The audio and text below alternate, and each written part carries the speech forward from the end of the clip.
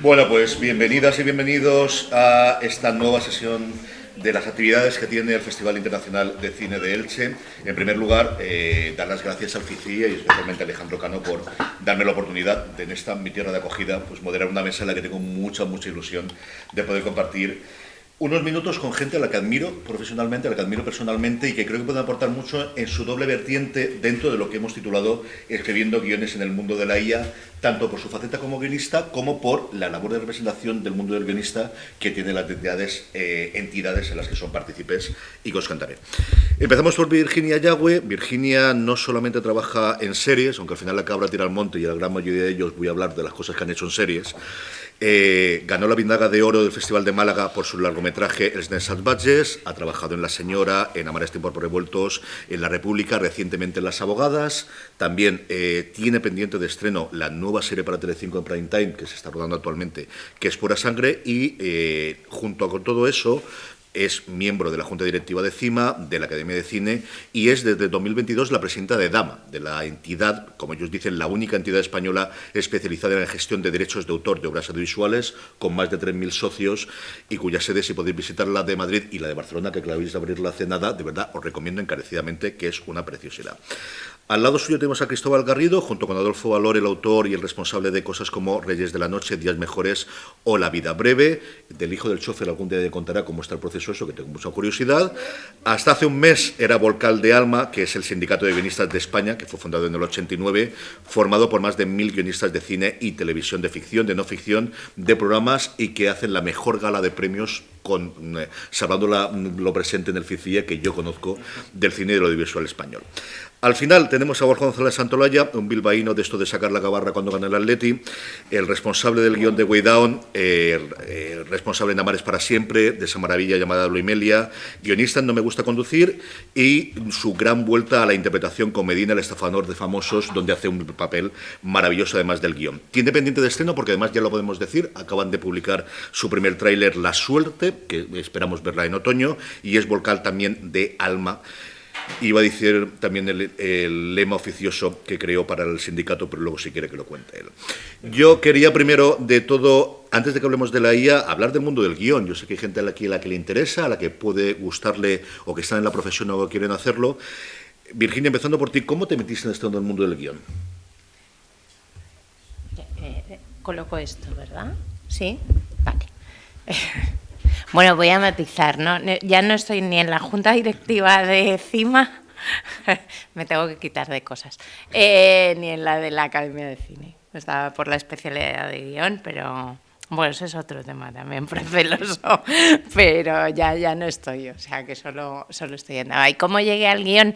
Creo que lo contamos, ¿no? En un podcast de Alma, que son unos podcasts estupendos que hace el sindicato, y contábamos Curro, Rollo y yo cómo habíamos llegado a esto del guión. Bueno, yo estudié comunicación audiovisual cuando ni siquiera se llamaba así, se llamaba imagen y sonido. Entonces yo estaba un curso por debajo de Amenábar, de Alejandro. Y bueno, era un desastre. O sea, Alejandro no terminó la carrera, yo tampoco, salimos corriendo para buscar el rodaje y los sitios donde poder contar, poder hacer guión, que era lo que me apetecía y creía que podía hacer. Entonces me saqué la beca de la Escuela de Cuba y la beca en la ECAM, y me quedé en la ECAM. Y eso fue definitivo, o sea, quedarme en la escuela de cine en la segunda promoción, que eran solo 2 años, pero bueno, de ahí terminé. Antes de terminar el segundo año, pues ya estaba metida en una serie de formato diario que se titulaba Calle Nueva. Creo que he pasado por todos los diarios menos los del País Vasco y Galicia. Goenkale no lo he hecho, pero los demás creo que todos. Y la primera película, que fue Juana la Loca, que era una película de Vicente Aranda, cuando Vicente Aranda era el Vicente Aranda de Amantes. O sea, esto para una chavalita de 22 pues era bastante imponente. Pues esa peli pues nada, ya marcó también el futuro, porque llegué, propuse una escaleta. Cuento esto porque al final eso marca las rutas, ¿no? Me empollé todos los Reyes Católicos, Juana la Loca, me lo sabía todo. Propuse una escaleta y Vicente me cita en su casa. Y me dice, nada, vienes aquí, muy bien todo esto que has propuesto. O sea, que tu tesis es que Juana la Loca no estaba loca. Digo, hombre, a grosso modo, o sea, quiero decir, dice, mira, es que todo esto que tú vas a plantear a mí no me interesa nada, porque realmente lo que me interesa contar es cómo las criadas moras de la reina le pintaban los pezones de henna. Bravo. Y entonces dije, pues no voy a ser yo la guionista que te cuente esto, y pensé, ostras, tocata y fuga, este es mi primer trabajo en el cine, ni siquiera he llegado y me piro, o sea, ya está. Y pues esto le hizo muchísima gracia a Pedro Costa, que era el productor, y me dijo, no, tú vas a trabajar en esto seguro. Y es verdad. Y luego he hecho mucha serie histórica, mucha cosa histórica, pero todo nace de pintar los pezones de henna a la reina. No sé. ¿Pero se ve en la película eso? ¿Cómo al final lo hizo, ¿eh? Te costó el curro y encima no lo hizo el tío. Bueno, hay un guarro. Con las criadas, pero no fue tan directo. Ya. Bueno, ¿qué tal? Me toca. Yo estudié aún menos que Virginia. Nadie te ha preguntado, ¿no? O sea, eso es una pregunta. No, eso como así, ¿no? Vale. Claro, bueno, ya está el tío torpedeando mi participación. Igual había otra pregunta. No, de hecho, como vas a empezar, como nuestros principios, los inicios de todos. Vale, claro. Entonces me claro. yo. Y ahora yo lo que iba a decir es que yo estudié aún menos que Virginia y que Alejandro Amenábar, porque yo ni siquiera fui a la universidad, yo ni siquiera me inscribí. Yo, o sea, de hecho, yo soy diseñador gráfico. De lo que viene siendo estudiar, yo soy diseñador gráfico, pero es verdad que de toda mi vida he escrito, siempre desde pequeñito, y me marcó mucho, sobre todo a los 16, 17 años, en San Fernando de Henares, que es el pueblo donde yo vivo, había una actividad de teatro, el típico taller de teatro de ayuntamiento y bla, bla, bla, que por eso es tan importante que los ayuntamientos y desde el servicio público se apoye cosas culturales. Y entonces yo me apunté en ese grupo de teatro y yo empecé a escribir obras de teatro. Entonces, un año hacíamos una de Jardier Poncela, otro año hacíamos una mía. Íbamos como alternando. Y entonces, de ahí hice con los colegas del grupo de teatro un corto. Es lo único que he dirigido y posiblemente lo único que dirija en mi vida, porque yo me considero guionista, no sé dirigir. No sé si hay actores en la sala, pero no me gustan mucho tampoco. Entonces, o sea, no hablo su idioma, no sé de energías y cosas así, de piedras y cosas de estas. No, esta cosa como de medio emocionales mágicas, yo como que no sé ese idioma.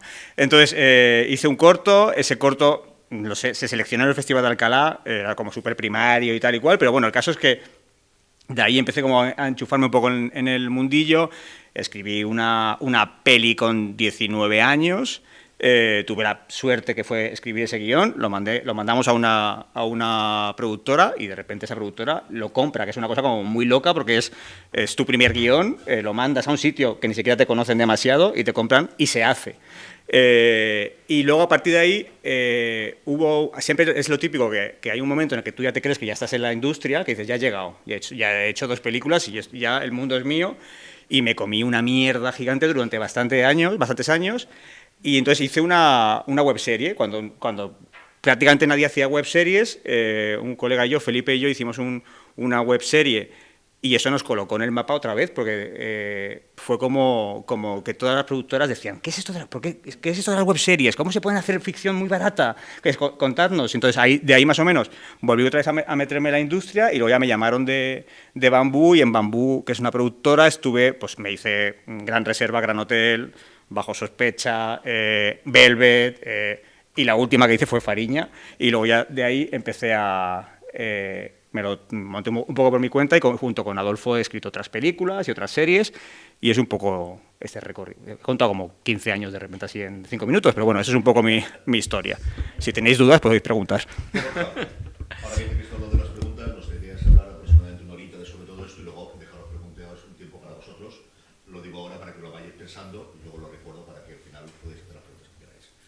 Don Jorge, ¿cuál es Pues yo he querido ser como muchísimas cosas. O sea, quise ser médico porque me gustaban mucho los dramas médicos, me acuerdo de Diagnóstico Asesinato. Luego quise ser abogado porque me gustaba mucho Perry Mason. Luego quise ser jugador de billar profesional cuando vi El color del dinero y me di cuenta que lo que quería era escribir sobre todos ellos y dirigir todas esas historias. Eso era mi...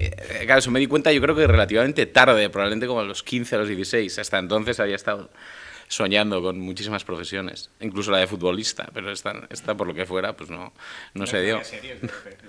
No, pero pues como ha dicho CJ, soy futbolero y soy muy de mi equipo. Entonces, fue Oliver Beñe, efectivamente. Y yo creo que fue a esa edad en la que empiezo a mirar el cine, y no solo el cine, también las series, yo creo que de otra manera. Empecé a pensar qué hay detrás, sobre todo me interesaba mucho qué hay detrás, no tanto... Había hecho algún curso de teatro o algo así, pero no les odio como Cristóbal, ¿no? A los actores, pero... A ver, tampoco les odio. Bueno.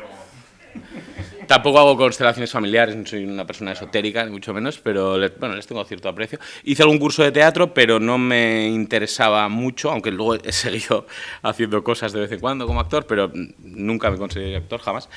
Y ya fue un poco que dije que lo más parecido a esto, claro, familia de médicos, yo decidí dedicarme a esto, yo y todos mis otros dos hermanos, o sea, fue un poco loco además, y estudié una carrera que no terminé porque me llamaron de Madrid para un canal que empezaba nuevo, que se llamaba 4, que iban a hacer una serie diaria de policías que eran policías de verdad. Haciendo de policías de mentira, una cosa un poco rara que duró muy poco, como todo lo que empezó 4 en la época, y a partir de ahí, pues luchar durante muchos años para seguir en la industria. Creo que hubo un punto de inflexión, que yo creía, me pasó un poco lo de Cristóbal, de estar un poco en el, dice, vale, ya he llegado, que fue cuando vendimos la primera peli que escribí, que era una peli muy grande sobre el atraco al Banco de España. Esto fue en 2010, según además estaba pasando lo que estábamos escribiendo, que era un atraco al Banco de España el día que España ganaba el Mundial del 2010. Y es una peli que en 2010 la vendimos, pero que tardó 10 años en hacerse. Y de 2010 a 2012 recuerdo también pues morirme del asco, como tú. Y entró en mi camino, pues me atravesó una serie que se llama Mares para siempre, donde coincido con Virginia, que es una serie diaria que a priori siempre se ha visto como un género menor, pero que para mí supuso volver, bueno, para empezar, labrarme una carrera, aprender muchísimo, desarrollar un callo brutal y que me permitió, para empezar, escalar dentro de los puestos de guionistas que estaban ahí y después desarrollar mi carrera fuera. Pues me permitió, para empezar, crear mi primera serie, que no deja de ser un spin-off de Amares para siempre, y a partir de ahí, pues el resto de cosas que he hecho, la verdad.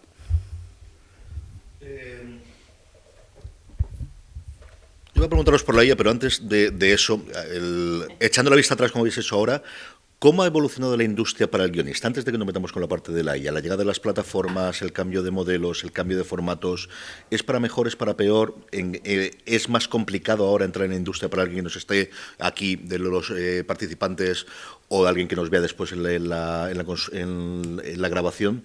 ¿Ha cambiado muchísimo o sigue siendo más o menos igual que antes, Virginia? Tú has hecho más plataformas. A ver, la llegada de las plataformas tiene algo muy bueno que se nos ha vuelto un poco en contra. Los guionistas llevamos décadas pidiendo series de autor. Series de autor, más series de autor, series con historias más personales, que no sean las típicas series, yo qué sé, que se venden en un asador entre un productor y un ejecutivo de cadenas, como de, bueno, hazme una copia que sea de Fama, pues te hago un paso adelante, ¿no? Un poco esa vieja tele, ¿no? Que era un poco, pero que en realidad luego eso generaba mucha industria. ¿Qué pasa? Que ahora se hacen muchísimas series. Los autores tienen muchísima más relevancia que antes, porque antes lo que pasaba era que era la serie de Globomedia, la serie de Bambú, eran series de productoras, pero es verdad que no había una cara visible o un autor y un nombre. Ahora lo cierto es que sí que pasa más. Está la serie de los Javi, la serie de Sorogoyen, o sea, hay muchos más autores y tienen cierta relevancia. ¿Qué pasa con eso? Que en realidad lo que está pasando es que se ha hecho un embudo en el que Antes en una serie había 5, 6 guionistas, incluso 12, o en 7 vidas había una barbaridad de guionistas. 7 vidas eran 12, 14, en Aída lo mismo. Y ahora, claro, al ser series de autor, pues hay 2 guionistas, un guionista o 3. Las series que hacemos Adolfo y yo, La vida breve y Reyes de la noche somos nosotros. Es verdad que en días mejores sí que montamos equipo, porque era una serie un poco más, capítulos más largos y bla, bla, bla. Pero es verdad que aunque se hacen muchas más series, creo que el colectivo, la comunidad de guionistas es casi un poco la misma en número de personas. Entonces, eso ha generado una cosa un poco extraña. Y luego es verdad que ha llegado Netflix, ha llegado HBO, ha llegado mucha gente y seguimos cobrando lo mismo que hace 10 años, que es una cosa que también es curioso porque se habla mucho de la importancia del guión, la importancia de los guionistas, pero aquí el money no sube. Entonces, estamos cobrando exactamente lo mismo y con menos dinero de derechos de autor, que eso también hay que decirlo, porque las plataformas hacen mucho las remolonas. ¿Alguien más quiere mojarse y arruinar su carrera como yo? Por añadir, cada vez sí puede que haya más series, menos guionistas, y cada año salen, pues no sé, 200 alumnos de másters de guión. Quiero decir, el embudo es enorme y hay muchas menos oportunidades de entrar. Antes podías entrar en un equipo de guión, bueno, pues eso, que entrabas ahí un poco para probar y para que te probaran también, y ahora es mucho más complicado, es muy difícil acceder. Entonces, por otro lado, todo el mundo quiere crear su serie y eso es muy complicado y hay que hacer una labor de pedagogía importante con todo el mundo que empieza. Pero a la vez tampoco tienes mucha manera de ayudarles. Entonces, bueno, pues es un momento complicado y a la vez muy bonito porque están saliendo cosas que hace 10 años creíamos que no íbamos a poder hacer aquí. Entonces, pues es esa dualidad en la que nos movemos. Sí, es que es verdad que la producción de aquellos primeros tiempos era una producción muy... O sea, teníamos un audiovisual en televisión muy primerizo. Claro, veíamos mundo anglosajón y nos quedábamos allí mirando, ¿no? Y decíamos tal. Pero es verdad que ocurría esto que cuenta Borja, que el sistema de producción hacía que se generara mucho volumen de contratación, mucho movimiento y mucho callo profesional. O sea, pasabas por muchas zonas dentro de los equipos de guión, hacías tus incursiones también en un momento de la producción, que esto siempre han sido muy reticentes las productoras, pero bueno, poco a poco. Y de pronto la llegada de las plataformas fue, como muy bien cuenta Cristóbal, el nirvana, porque dijimos esto ya está. Bueno, el nirvana relativo, porque es verdad que lo que hemos detectado es no solo que los equipos son más pequeños, se hacen menos capítulos, las estructuras de trabajo son distintas y es verdad que no hay una proporción directa con el estándar de calidad que aplican para las series y las producciones, y lo aplican, porque si no, no estaríais viendo el estándar de calidad que estáis viendo. Pero esto no tiene un reflejo en guión, no tiene un reflejo estricto, o tiene un reflejo con nombres muy puntuales que dominamos todos y ya está. Y además no tienen problema para seguir trabajando y tal. Otra cosa es cómo se establecen las recepciones de proyectos que llegan fuera dentro de esas propias plataformas, y habría mucho que hablar porque no están actuando, digamos, de una manera como dúctil, digamos, para realmente dar un paso más y avanzar sobre esto. Y es verdad que las condiciones de trabajo, que esto es más zona sindical, más de realmente hacer un reclamo sindical y asociativo contundente, y a nivel de derechos de autor, es que el problema que tenemos con las plataformas, y por lo que generalmente cobramos muchísimo más los autores y las autoras por derecho de autor en lineales que en plataformas, es porque no nos dan los datos. Entonces esto es como entrar en Virginia, ¿no? En Langley, es como Misión Imposible.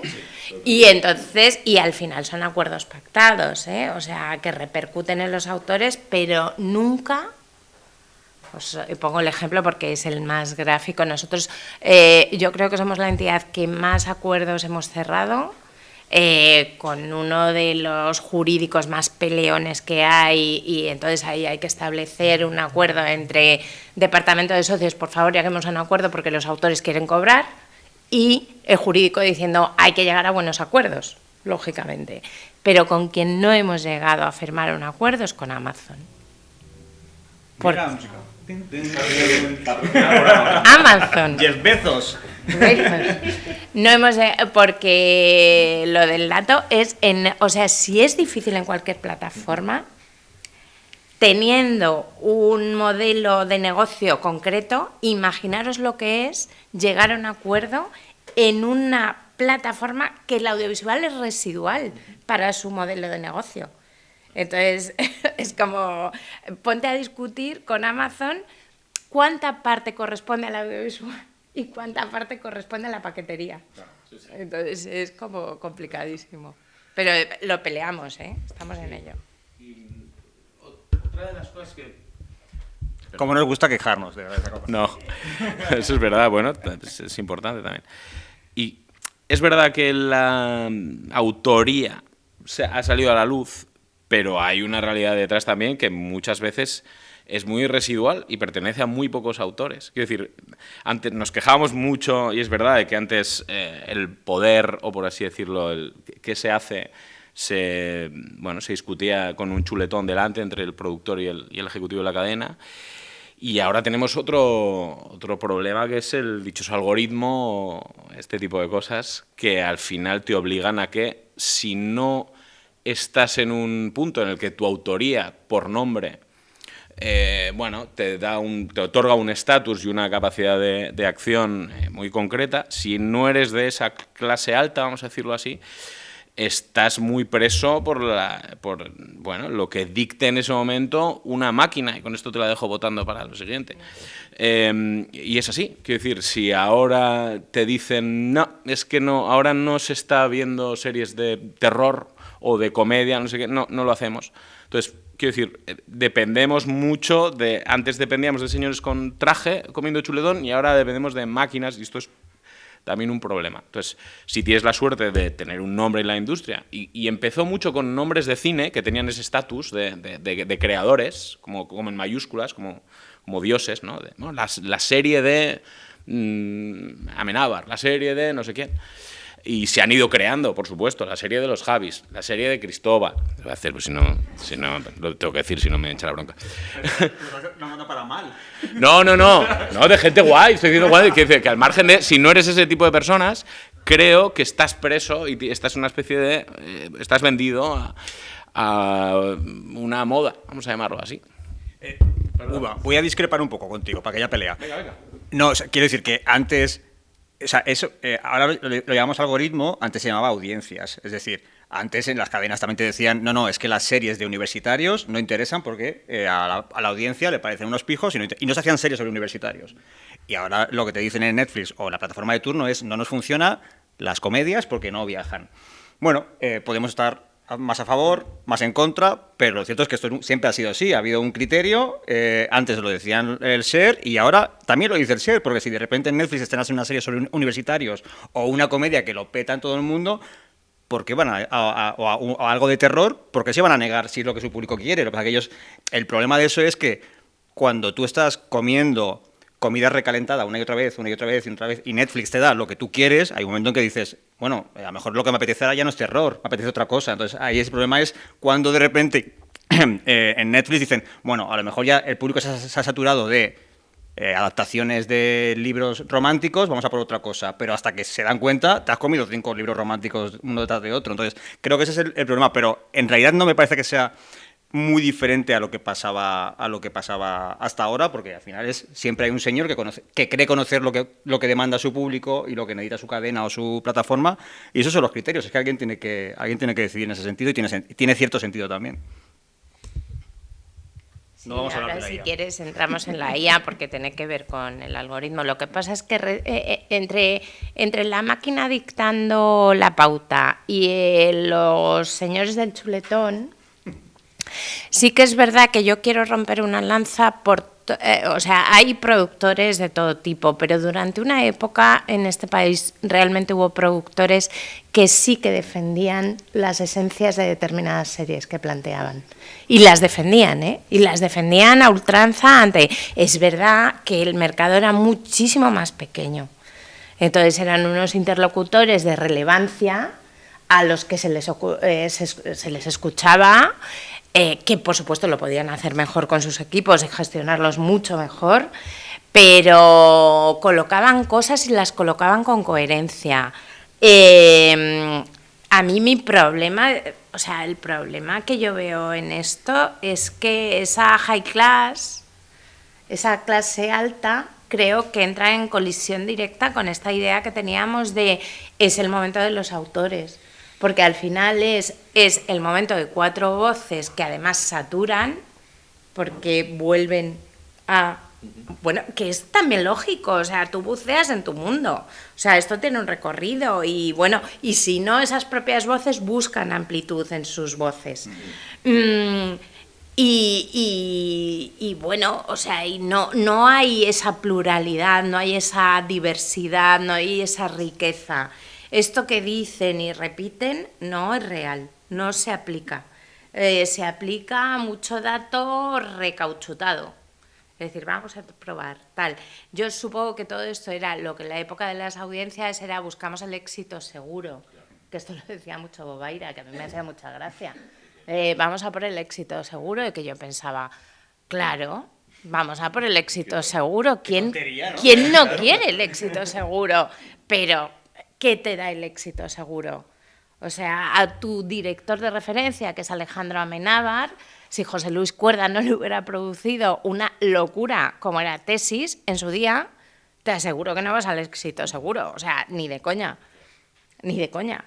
Entonces esto es, por eso te digo que rompo la lanza por esos productores que pelearon firmemente. Es verdad que venían de experiencias con autores sobre todo autores más que autoras, de cine. Bueno, pues que como abramos el melón, autores, autoras ya. Porque si hay high class, ya ni os cuento en la high class cómo está repartido el tema. Perdonad, chicos, pero... No, por Dios. Pero, o sea, pelearon firmemente, yo creo que fue realmente por intentar preservar de alguna manera eso que les había construido a ellos como productores en cine. Esto del micrófono me acostumbraré. Hablemos de la IA. Antes de hablar de la parte de lo que habláis cuando os juntáis los guionistas, sean damas, sean alma, un poquito más institucional o negociaciones ahora de ver cómo se va a regular, yo sí tengo curiosidad por la primera vez en la que vosotros personalmente os comentan, os cuentan, os introducís con ChatGPT y qué pensasteis en ese momento, si os acordáis, de cuál es esa primera experiencia personal de esto qué leche es y cómo puede afectar a nuestra profesión.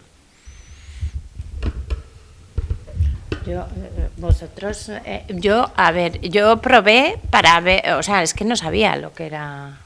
Me lo dijo mi hija, yo tengo una hija de 25 y entonces me dijo, mamá... Que parece jovencísima, para tener una hija de 25. Pues no. Y entonces me dijo, a ver, mami, por favor, o sea, ChatGPT. Y entonces me metí y tal, no sé qué. Y entonces le dije, hazme la sinopsis de una película ya conocida. Y lo que me sacó era una mierda, que yo pensé, ostras, esto es malísimo. Y entonces me dijo mi hija, mami, no has hecho bien el prompt. Y entonces pensé, no hay tiempo en mi vida para esto. O sea, ya bastante tengo yo con lo mío. Con afinar una sinopsis, con contarle a los alumnos, por favor. O sea, vamos a centrarnos un poco. Y lo que sí he visto son dos cosas, pero si queréis vemos un poco los inicios, porque yo creo que también desde el sindicato se ha hecho mucho trabajo específico con esta cosa de las probatinas. La mía fue mínima, o sea, yo no utilizo ChatGPT y además me uno al consejo de Alma de, mira, no, hasta que no esté regulado, además no vamos a nutrir a esto, que ya te digo, es que yo creo que además el resultado es malo, seguramente yo soy mala O sea, un experto de ChatGPT me dirá, tú eres la mala dando las indicaciones a la máquina. Pero es que si tengo que dar todas esas indicaciones tan perfectas, te aseguro que lo escribo, ¿eh? Claro. Me pasa un poco, o sea, yo, por ejemplo, el primer contacto que tuve fue por un colega que me dijo, o sea, lo típico, la típica semana que estalla todo, que todo el mundo se puso a buscar cosas, que lo único que estábamos haciendo era entrenar al enemigo, que era como, somos tontos, estamos con la tontería, como igual que cuando se puso de moda lo de mandar fotos para que te pusieran tu cara joven, no sé cuánto, tal, estabas dando fotos para que luego la IA hiciese todo lo que hace ahora. O sea, hemos estado alimentando un monstruo durante muchos meses y muchos años. Entonces yo me acuerdo que me dijo un colega, dice, he pedido a la IA que me pase una sinopsis de una serie, o sea, Días Mejores, que es la serie anterior que habíamos hecho, era una serie sobre una terapia de duelo, un grupo que iba a terapia. Dice, le he pedido que me haga una sinopsis sobre una serie de un grupo de terapia de duelo. Y entonces me manda la sinopsis, y la sinopsis literalmente había líneas enteras calcadas de nuestra sinopsis oficial de la serie. Claro, porque lo que hace el ChatGPT es, se mete en Google, te hace un monstruo, te hace un Frankenstein y para ti, ¿no? Entonces fue como de, ok, nos están robando, básicamente es como yo no he dado permiso para que esta máquina use mis textos que he escrito yo, o sea, ya bastante tengo con que Amazon no me pague, ¿sabes? Como para que encima ahora resulta que hay una máquina que además me roba. Y antes en la comida estábamos hablando... he buscado qué películas han hecho Cristóbal Garrido y Penélope Cruz. Cristóbal Garrido soy yo, Penélope Cruz es una actriz muy famosa. No hemos hecho ninguna, pero ChatGPT, o sea, la inteligencia artificial de Google dice, Cristóbal Garrido es un guionista español, Penélope Cruz es una actriz española, ¿qué han hecho juntos? Belle Époque, no sé qué, no sé cuánto, y como... entonces el tema es que, además de que nos están robando mal. Es que es una inteligencia artificial muy tonta. O sea, claro. Claro, entonces claro, el tema es que falla mucho, es verdad que falla mucho de momento, porque esto va creciendo y se va haciendo cada vez más lista porque estamos entrenándola. Entonces, a mí también me pasa, he buscado cosas en plan de, ¿en qué película sale tal canción? Y me dicen, tal película. Y es como, no sale en esa película. Y dice, perdona, es verdad. Porque es como un niño muy tonto que te quiere contestar muy rápido, pero como relájate, no tengo prisa, podemos dar media hora, pero dame la respuesta correcta. No te da la respuesta correcta. Y además, es que justamente, está ahí mi chica, la estábamos viéndola, es ella, ¿qué tal? Claudia. Encantada. Acaba de salir una noticia de un algoritmo de inteligencia artificial que se equivoca con los melanomas, que se equivoca a la hora de dar la detección de los melanomas de los lunares y encima no reconoce lo de las personas de color, las personas negras, que es como, estamos poniéndonos de verdad en manos de una máquina que está absolutamente tarada. Pues esto es mi historia. Patricia. Toma. Pues mi historia yo creo que es, alguien me dice, yo creo que también coincide un poco en esa semana de locura de ChatGPT, dice, buah, con esto te hace sinopsis enteras de películas o te puedes escribir diálogos. Y lo primero que pensé es, pero a mí es lo que me gusta. Mi trabajo justo me gusta escribir. O sea, no tiene sentido. Entonces pensé, vale, hay alguien que lo puede ver como cuando yo tenía 17 años y utilizaba una página que se llama El Rincón del Vago, que era una que te hacía trabajos, ¿no? Tenía un montón de trabajos colgados y tú los cogías ahí. Y digo, vale, pues en la mentalidad de un chico de 16 años que no quiere estudiar, lo puedo entender, pero en la mentalidad profesional, sobre todo una profesión como la nuestra, creativa, artística, que significa escribir, o sea, que ese es tu superpoder. Si te define algo es eso, es la creatividad, es escribir, es plasmar en un papel lo que tienes en la cabeza. ¿Qué sentido tiene que te lo haga una máquina? Es que no lo entiendo. Entonces, toda la gente joven, compañeros de profesión incluso, que han dicho que lo han probado, que se han quitado un poco de trabajo, ¿no? Estas cosas que hemos llegado a oír, no me entran en la cabeza. Me parece ridículo, me parece absurdo. No lo veo por ningún lado, me parece que va en contra de tu profesión. Entonces, claro, yo nunca he querido probarlo. Creo que alguna vez he preguntado alguna cosa, pero por ver cómo funcionaba. Me doy cuenta que muchas de las frases que hacen siempre tienen la misma estructura. O sea, también hablan con las todas subordinadas y tal. Es un poco todo lo mismo. Quiero decir, yo no sé hablar con subordinadas. No, pues ellos sí, yo tampoco. Yo qué sé, hacen esto y... Pues, quiero decir, igual es fácil y nos lo están poniendo fácil, que tienes aquí, haces esto y, oye, ChatGPT, no sé qué, no sé cuántos, haces una pregunta y alguien te contesta y tal. Lo puedes ver como una solución, pero si está el problema de que no nos podemos fiar, ¿hasta qué punto, aunque no nos podamos fiar, eso va a ser la verdad? Porque tú ahora buscas en Google y lo primero que te sale es lo que te dice ChatGPT o la IA de Google. Es decir, en algún momento eso será verdad, eso será la verdad, porque lo dice Google. Y es bueno, ya en una época en la que la verdad no existe, pues ni os quiero contar, cuando hay 400 verdades. Así que, pues, todo lo que voy a decir aquí de la IA es malo. Yo la odio, la detesto, me apesta. Entiendo que puede servir como herramienta cuando agiliza un proceso, pero en el mundo del arte para mí es una perversión.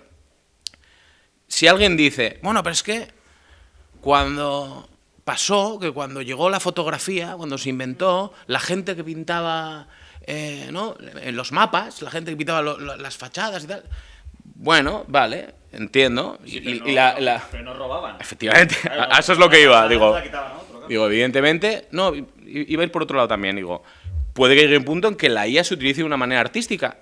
Genial, probemos, es una herramienta, hagamos algo artístico con ello.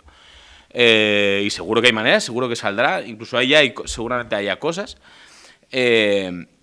pero no. Lo que está pasando ahora mismo es que si Virginia pidió la sinopsis de una película, es porque esa herramienta ha bebido de un lado donde alguien, pues lo que ha dicho Cristóbal, la sinopsis que escribió Cristóbal, sin que alguien le pague un duro a Cristóbal y sobre todo sin el permiso de Cristóbal, lo ha utilizado. Y esto es un problemón. Esto es un problemón. Sí, y luego lo que os decía de los Frankenstein. Quiero decir, tú le puedes pedir un guión completo a la IA. Obviamente es muy malo porque no hay emoción, porque no hay nadie, no hay un ser humano al otro lado y porque está cogiendo pedazos de cosas que ya has visto. Entonces, eso es ahora. Dentro de a lo mejor un año todo va a estar tan afinado que no te vas a dar ni cuenta. Pero aún así, no dejará de ser un refrito. Será como la peor de las mejores películas de Marvel, ¿no? Que son todas iguales, ¿no? Como al final hay un superhéroe, tiquitita-catá, y tienen todas la misma estructura, al final hay destruyen una ciudad, entonces más o menos ahí lo mismo hasta da el pego. Pero el problema es que como si todo es IA, no habrá un momento de comida rica nueva que comer, porque está todo el rato retroalimentándose, está todo el rato comiendo comida recalentada una y otra vez, una y otra vez, una y otra vez. ¿Qué puede pasar con esto? Aquí hay un peligro que, por suerte, al mismo tiempo podría ser la solución. Por un lado, los productores pueden decir, si me puedo ahorrar el sueldo del guionista, es lo que me llevo, que oye, pero o sea, no es ninguna locura, porque seguramente lo habríamos oído incluso sin que existiera el ChatGPT, pero al mismo tiempo tú no puedes ser propietario de una película generada por IA, porque eso implicaría que tú eres propietario de muchas cosas robadas. De hecho, Disney y Universal, creo que han sido, acaban de denunciar porque claro, cuando haces muñequitos y cosas así, pues está Yoda. Pero es que Yoda es propiedad de Disney, tú no puedes hacer nada, ni cortos, ni cuadros, ni fotos, ni nada, ni guiones con Yoda, porque es propiedad intelectual que pertenece a Disney. Entonces, creo que todo ese entramado nos puede beneficiar, porque tú no puedes explotar comercialmente una película hecha por IA, porque esa IA ha robado de muchos sitios para poder hacerla, pero al mismo tiempo es cierto que si hay la más mínima posibilidad de ahorrarse un sueldo, alguien se lo va a ahorrar, clarísimamente. ¿Qué va a pasar también? Que a lo mejor en una primera fase de una primera versión del guión dicen, bueno, esto que me lo haga la IA, ya me he ahorrado tratamiento, sinopsis y primera versión, ya me he ahorrado muchos dineritos. Y luego ya cuando tengo este mondongo, que no hay ningún tipo de emoción, ni siquiera de error, o sea, porque todo está como perfectamente milimetrado, es tan perfecto que es un robot, llamaré a un guionista humano o una guionista humana para que le dé cierta humanidad a eso. Entonces, al final, el peligro es que lleguemos a ser escritores de terceras versiones, ¿no? Es como que lleguemos como para dar un pulido y que parezca que lo ha escrito un humano y además poder poner a un ser humano, porque si no, no podrán explotarlo comercialmente y no podrán ir a los Goya, ni porque no puedes nominar a una máquina. Bueno, a lo mejor sí. Qué bien. Sí, a mí lo que me preocupa además es el sustrato que ya genera en sí. Es decir, que cuando ves nuevos proyectos, claro, si tú te acostumbras a esto, el coco pues se acostumbra y se acostumbra a tu forma de hacer, tu forma de escribir. Entonces, de pronto lees nuevos proyectos y hay muchísimos lugares comunes y otra cosa que me preocupa mucho. Y mucho efecto. Es decir, enseguida te vas a encontrar un momento chisporroteante dentro de un fuego artificial, un no sé qué. Pero rascas y cuando empiezas a rascar se cae todo, porque no hay qué hay detrás. O sea, no hay tiempo, no hay proceso, no hay reflexión de lo que se ha planteado. Entonces, claro, tiene mucho que ver con el funcionamiento de la máquina, que es una mezcla de datos, además ingerido de forma ilegal, o porque está ahora mismo en el salvaje oeste, y entonces se apropia, lo coge todo, y procesa datos. Pero es que nosotros cuando creamos no procesamos datos. O sea, el drama es la transmisión de la información a través de la emoción. Y la emoción es altamente disruptiva. No hay dato que la sujete. No hay dato que vaya a sujetar la emoción. Es más, a veces buscamos momentos imperfectos para conseguir un canal empático que ni siquiera sabes cuándo lo estás diseñando. Entonces esto es imposible de enseñar, por más que la notamos, que yo tengo es verdad que yo soy optimista con esto porque pienso que puede pasar como el ébola. Ah, cuéntanos.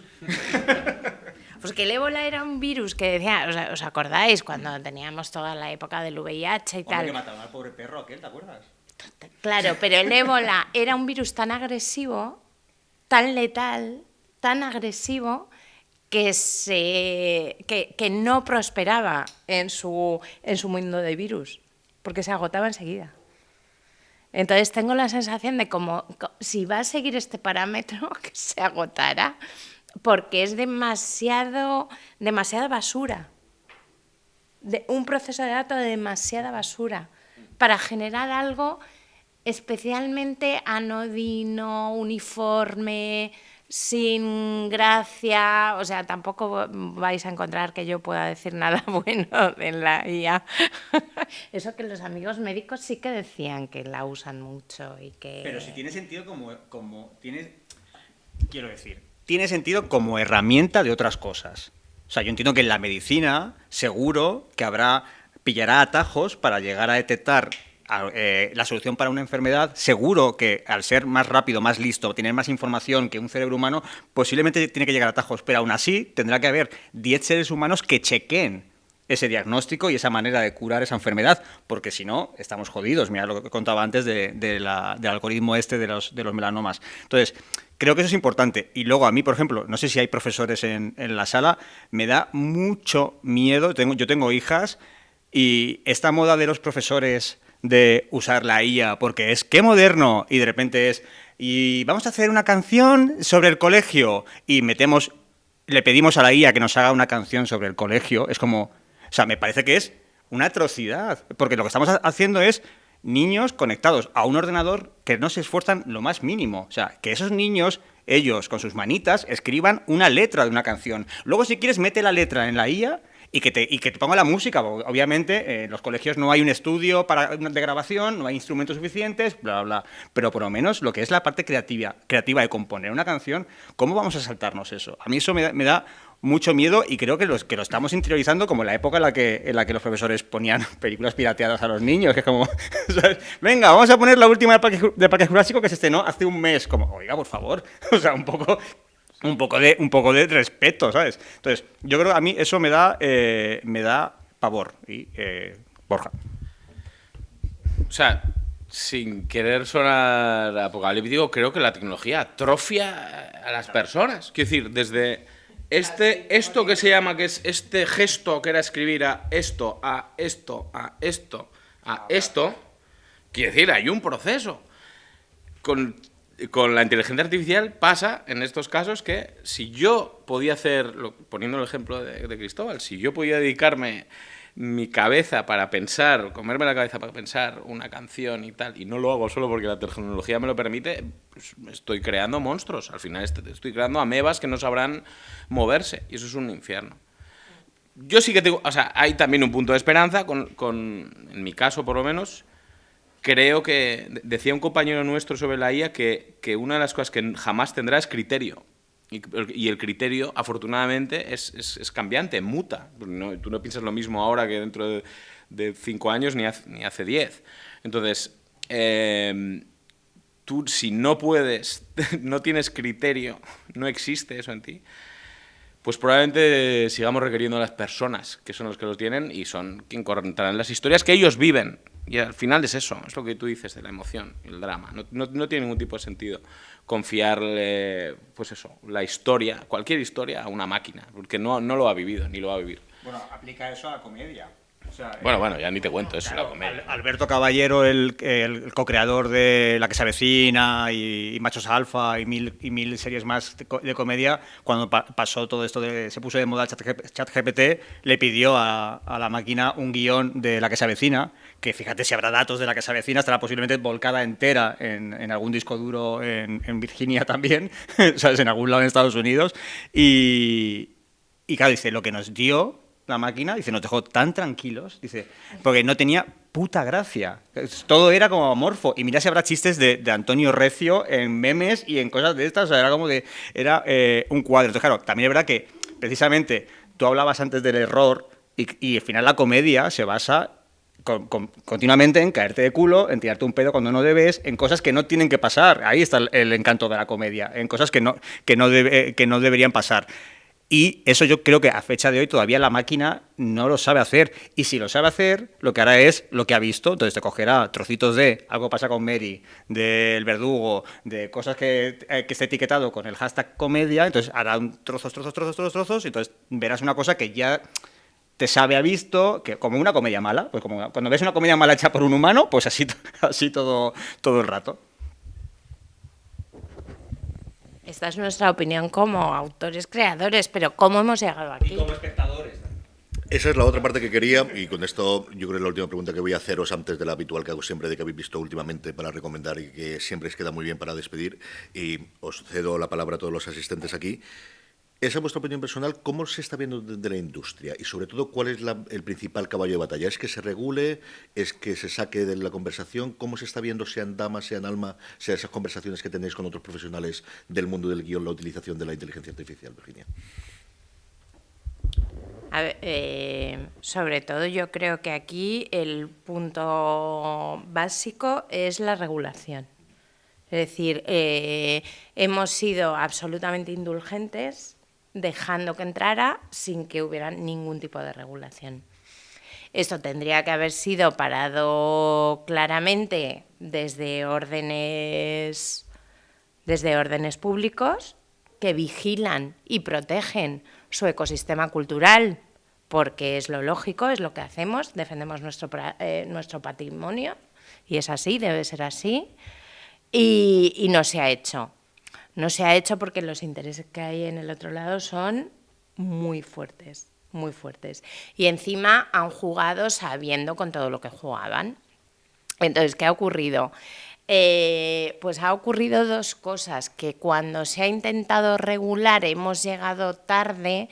La única regulación que había la propuso por Real Decreto el Ministerio de Cultura, con muy poca opción para sacarla adelante, porque ya os digo que incluso dentro del orden gubernativo tenía muchas fuerzas de otros ministerios y ministerios muy importantes con mucho más peso que el de Cultura, intentando pararlo, pero había, digamos, 3 puntos que eran fundamentales y ahí no hay ningún autor, ninguna autora que diga no estoy a favor de esto.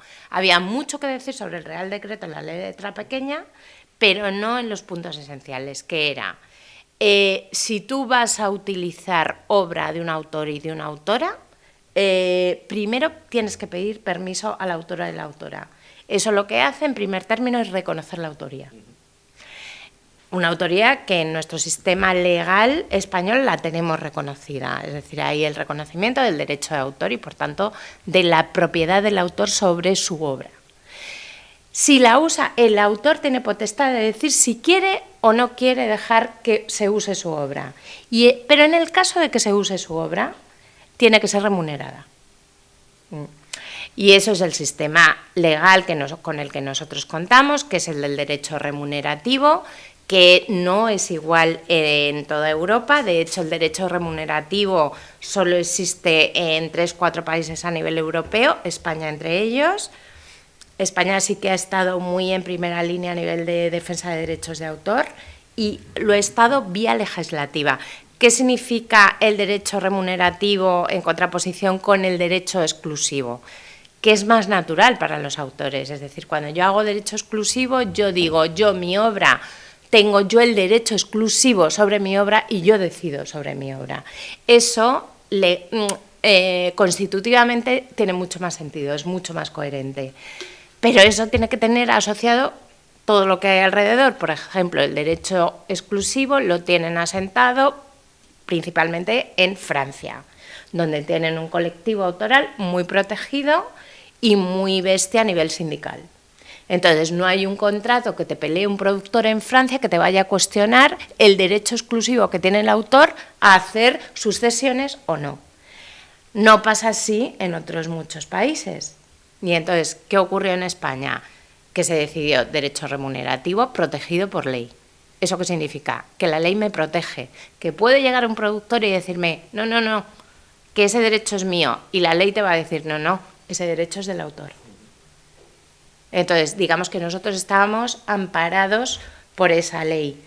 Nos hace depender de la ley, pero nos hace menos débiles que si peleamos cada uno por nuestra cuenta, a menos que tuviéramos un nivel de asociación muy, muy fuerte, insisto, un nivel sindical muy protector. Todo esto, además, os hablo del sistema jurídico europeo, que no tiene nada que ver con el anglosajón, que, como sabéis, es copyright, no tiene que ver con los derechos de autor del sistema europeo. ¿Y qué ha ocurrido? Que es que toda esta nueva tecnología venía del mundo anglosajón, donde decían, tiramos para adelante, si ya sabemos cómo funciona esto. Y los autores, los autores son esos pequeños mierdas que van a protestar, pero nos los pasaremos un poco por el forro, ¿no? Entonces, ¿qué ha pasado? Que ahí la batalla ha sido muy feroz. Decayó el Real Decreto. Un Real Decreto, cuando decae, es muy, muy difícil de volver a levantar, a menos que tengas un replanteamiento de Real Decreto. No va a ocurrir. Y entonces yo creo que el margen que nos queda a nivel normativo es a nivel europeo. Y a nivel europeo ahí han entrado las grandes tecnológicas a saco también. Y entonces, ¿qué han hecho? Hacer una interpretación espuria de algo que ya existía en la ley, que es lo primero que señalamos, o lo primero que señalaron los jurídicos especialistas, que fue, si ya existe esa protección en la ley europea, se llama el Convenio de Berna, y en sus pasos está planeado y escrito que defendemos a los autores y a sus obras y les generamos toda esta protección. Y no se puede ir contra el Convenio de Berna. Solo hay una excepción para ir en contra de la regla de los 3 pasos del Convenio de Berna, que es la minería de datos, que es una excepción. Es decir, puedes apelar a la excepción en casos muy concretos de minería de datos, para un fondo experimental que vaya en beneficio de la humanidad, etc. Bueno, pues con esta grieta entraron. Beneficio de la humanidad, los guiones de La que se avecina, para adentro, venga. así Exacto, funciona. a nivel cultural general, humanístico de Europa, pues aquí entramos poniendo mucha pasta, entre otras cosas, para que desde las instancias jurídicas europeas que dictan, digamos, lecturas de norma, se orienten hacia esta lectura, insisto, espuria, claramente espuria. Entonces, ahora que hay que hacer, pelear mucho. ¿Podemos pelear contra las grandes tecnológicas metiendo lo que están metiendo? No, pero podemos hacer mucho ruido. Eso sí lo tenemos. Eso sí podemos hacerlo. Sí podemos decir, pues eso, Sir Paul McCartney dijo, los músicos de Inglaterra dejan de componer. Dejamos de componer. Cero. Nos vamos a cero. Nos vamos al negro. Dejamos de hacer. Bueno, hay fórmulas. Al final no son más que movimientos, digamos, en los que apelas un poco a ver cómo podemos movernos, cómo podemos replicar, cómo podemos contrarrestar esto. ¿Es difícil? Es la gran batalla que tenemos ahora mismo. Tenemos opciones, tenemos desde donde las podemos tener. Tenemos la razón de nuestro lado y somos los buenos. Eso es muy importante tenerlo en cuenta. ¿Cómo creo yo que esto apunta? Yo creo que está planteado ya. O sea, ellos mismos que son... Pensad, o sea, os tenéis que colocar en la mente de un mega ultra villano. Lex Luthor. Pero a lo bestia. Pero a lo bestia, diseñado para el mal. O sea, a mí me han dibujado así y yo lo que quiero es el mal corruptor definitivo.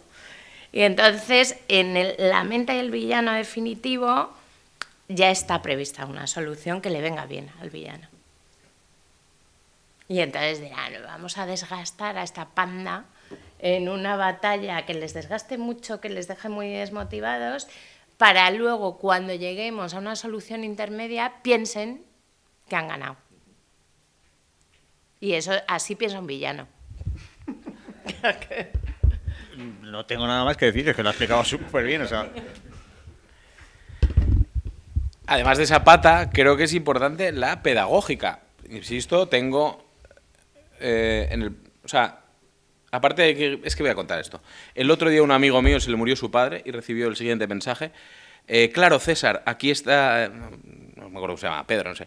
Claro, Pedro, aquí tienes tu mensaje de pésame para tu amigo Juan. Y el mensaje después. Era una persona que había pedido a ChatGPT un mensaje de pésame y lo copió y lo pegó, ni siquiera se... Quiero decir, si estamos haciendo esto y a la gente le parece bien, tenemos que decir a esa gente que son subnormales. Perdonadme, sois idiotas. No hagáis esto, no lo hagáis. Y ya me meto en mi terreno, a mis compañeros y compañeras que dicen, no, pues yo lo he probado, yo he hecho una sinopsis, me he sacado 4 ideas para presentar a no sé qué. Hacéis mal, sois idiotas. Lo siento, sois idiotas. Estáis yendo en contra de vuestra profesión y estáis yendo en contra de vosotros mismos. Y hay que señalarlo directamente así. Punto. Se acabó. Como herramienta puede servir bien, pero todo lo que tenga que ver con la autoría, mal. Y según qué herramientas, pues para dar el pésame a tu amigo, pues eres idiota. Lo siento mucho. Es tal cual. Hay que ser así. Y hay que ser claros y directos. Es verdad, hay muchos villanos detrás, lo dice Virginia perfectamente. Esto, vamos a peor. Claramente, vamos a peor. Pero si a mí nadie me va a quitar mi trabajo. Bueno, es que igual tu trabajo no desaparece, pero te van a pagar la tercera versión de un guión que encima tienes que arreglar, que es peor. O sea, se va a perder toda la esencia de lo que es la autoría, la creatividad, en fin. Y hay que pararlo, hay que parar esta locura. Pues yo qué sé. Como cuando, yo espero que sea como el cine 3D, que la gente, todo el mundo iba con gafas y luego ya se pasó de moda. Yo espero eso. Pero si no, hay que decirle a la gente que lo usa que no lo haga. No lo hagáis, no uséis, no tiene sentido, de verdad. Ejercitad. ¿En el último estudio de guionistas? Sí, en el último estudio es que no me acuerdo del dato. ¿Cuántos compañeros y compañeras decían que usaban? Eso no me acuerdo. Lo podría mirar, pero no me acuerdo del dato exactamente, pero había gente Sí. Bastante gente que reconocía que lo había usado, que lo usaba. Había un porcentaje muy alto que decía que lo había probado, un porcentaje muy preocupante que lo usaba regularmente. Y esos son, de manera anónima, son gente que tenemos entre nosotros. No lo sabemos, creo que toda la gente que... No somos ninguno porque nos conocemos bastante bien, pero pasa eso. Me preocupa mucho la gente joven que entra. La gente joven tiene un problema, que casi siempre es un problema para todo, pero cuanto más pasa la vida, llega una cosa que es la ansiedad. Entonces, la ansiedad de un chaval joven que acaba de salir de la facultad, del máster, de lo que sea, y por llegar, vender, estar ahí, ser alguien, la ansiedad te puede, en todos los casos. Y entonces tienden pues voy a intentar sacar esto rápido, o voy a intentar sacar esto que no se me ocurre, o este tipo de cosas. Y es un problema, ansiedad. Me estoy poniendo como muy esotérico, es verdad que Eres actor. me voy a poner muy actor. No, pero es verdad, vivimos en un mundo cada vez más ansioso y eso nos provoca que, pues eso, que acudamos a lo fácil. Antes escribíamos, luego tal, ahora esto, la mierda. Pero entonces eres ansioso, no eres guionista, no eres pintor. No, pero yo soy una eres persona ansioso, porque si no escribes, no pintas, no haces. Sí, pero la ansia te puede, Cristóbal. La ansia te puede. Pues menos ansias.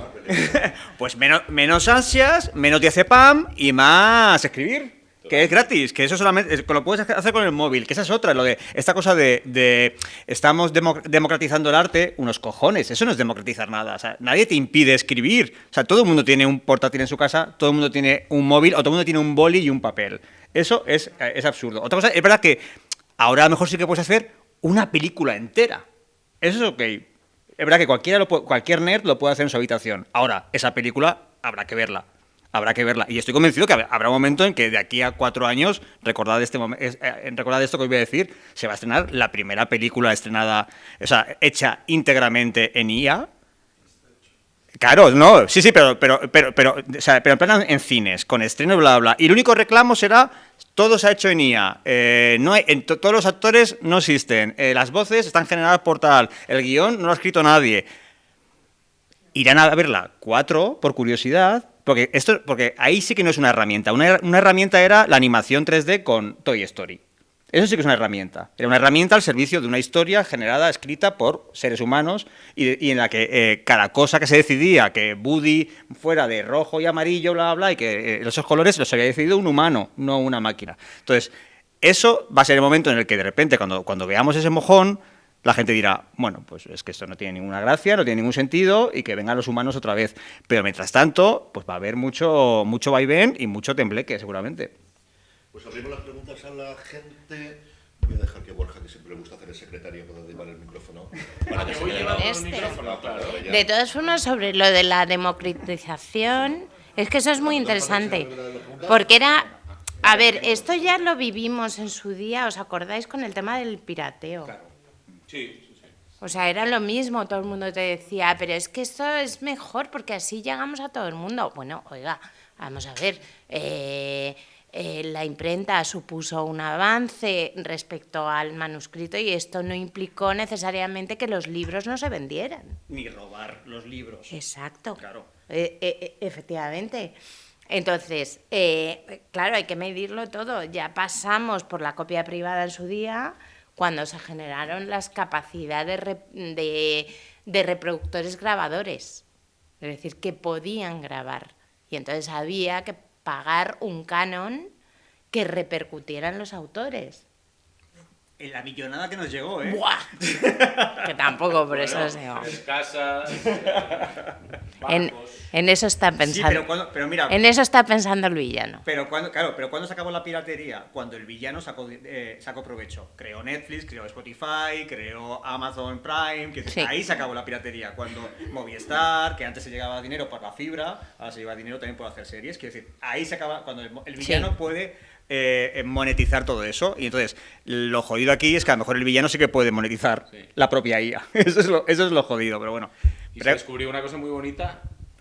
Cuéntanos. Se descubrió una cosa muy bonita del ser humano, que en realidad la piratería desaparece porque como tendemos a ser cada día más vagos, evidentemente, buscar los subtítulos, claro. no tener que hacer ese tipo de cosas. Pues si ya me lo das, pues mira, pues chico, al final pago por solo hacer así con el mando. Y esta es la realidad, que es triste, en ese caso nos salvó, pero vamos camino a ser como ¿os acordáis de Wall-E? De la película, los gorditos, que eran todos gente con mucho peso, sentada, poltronada, que le llevaba a un sitio a otro. Creo que eso es súper acertado, creo que es a donde vamos.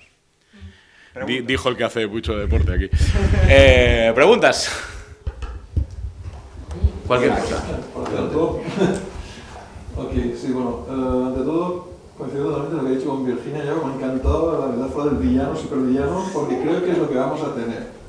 Y ahora mismo lo que nos toca es, desgraciadamente, convivir en este mundo. Yo como docente, que antes he hablado del tema, dedico sobre todo a la docencia de idiomas, este año he decidido ya cerrar el uso de las nuevas tecnologías. Es decir, y enviar trabajos a casa son todos no evaluables. Ya se ha acabado. Porque ahora mismo me di cuenta a principios de este año que ya se había generalizado en todo el alumnado ya sea universitario o de secundaria, trabajo en ambas instituciones, que eran maravillosos y luego no correspondían para nada con el alumnado que tenía. Entonces ya me di cuenta que se acabó. Y desde entonces ya prueba sorpresa o no sorpresa, todo en el aula. Presencial, claro. Presencial. Es mucho trabajo también, pero les obligo a hacerlo todos.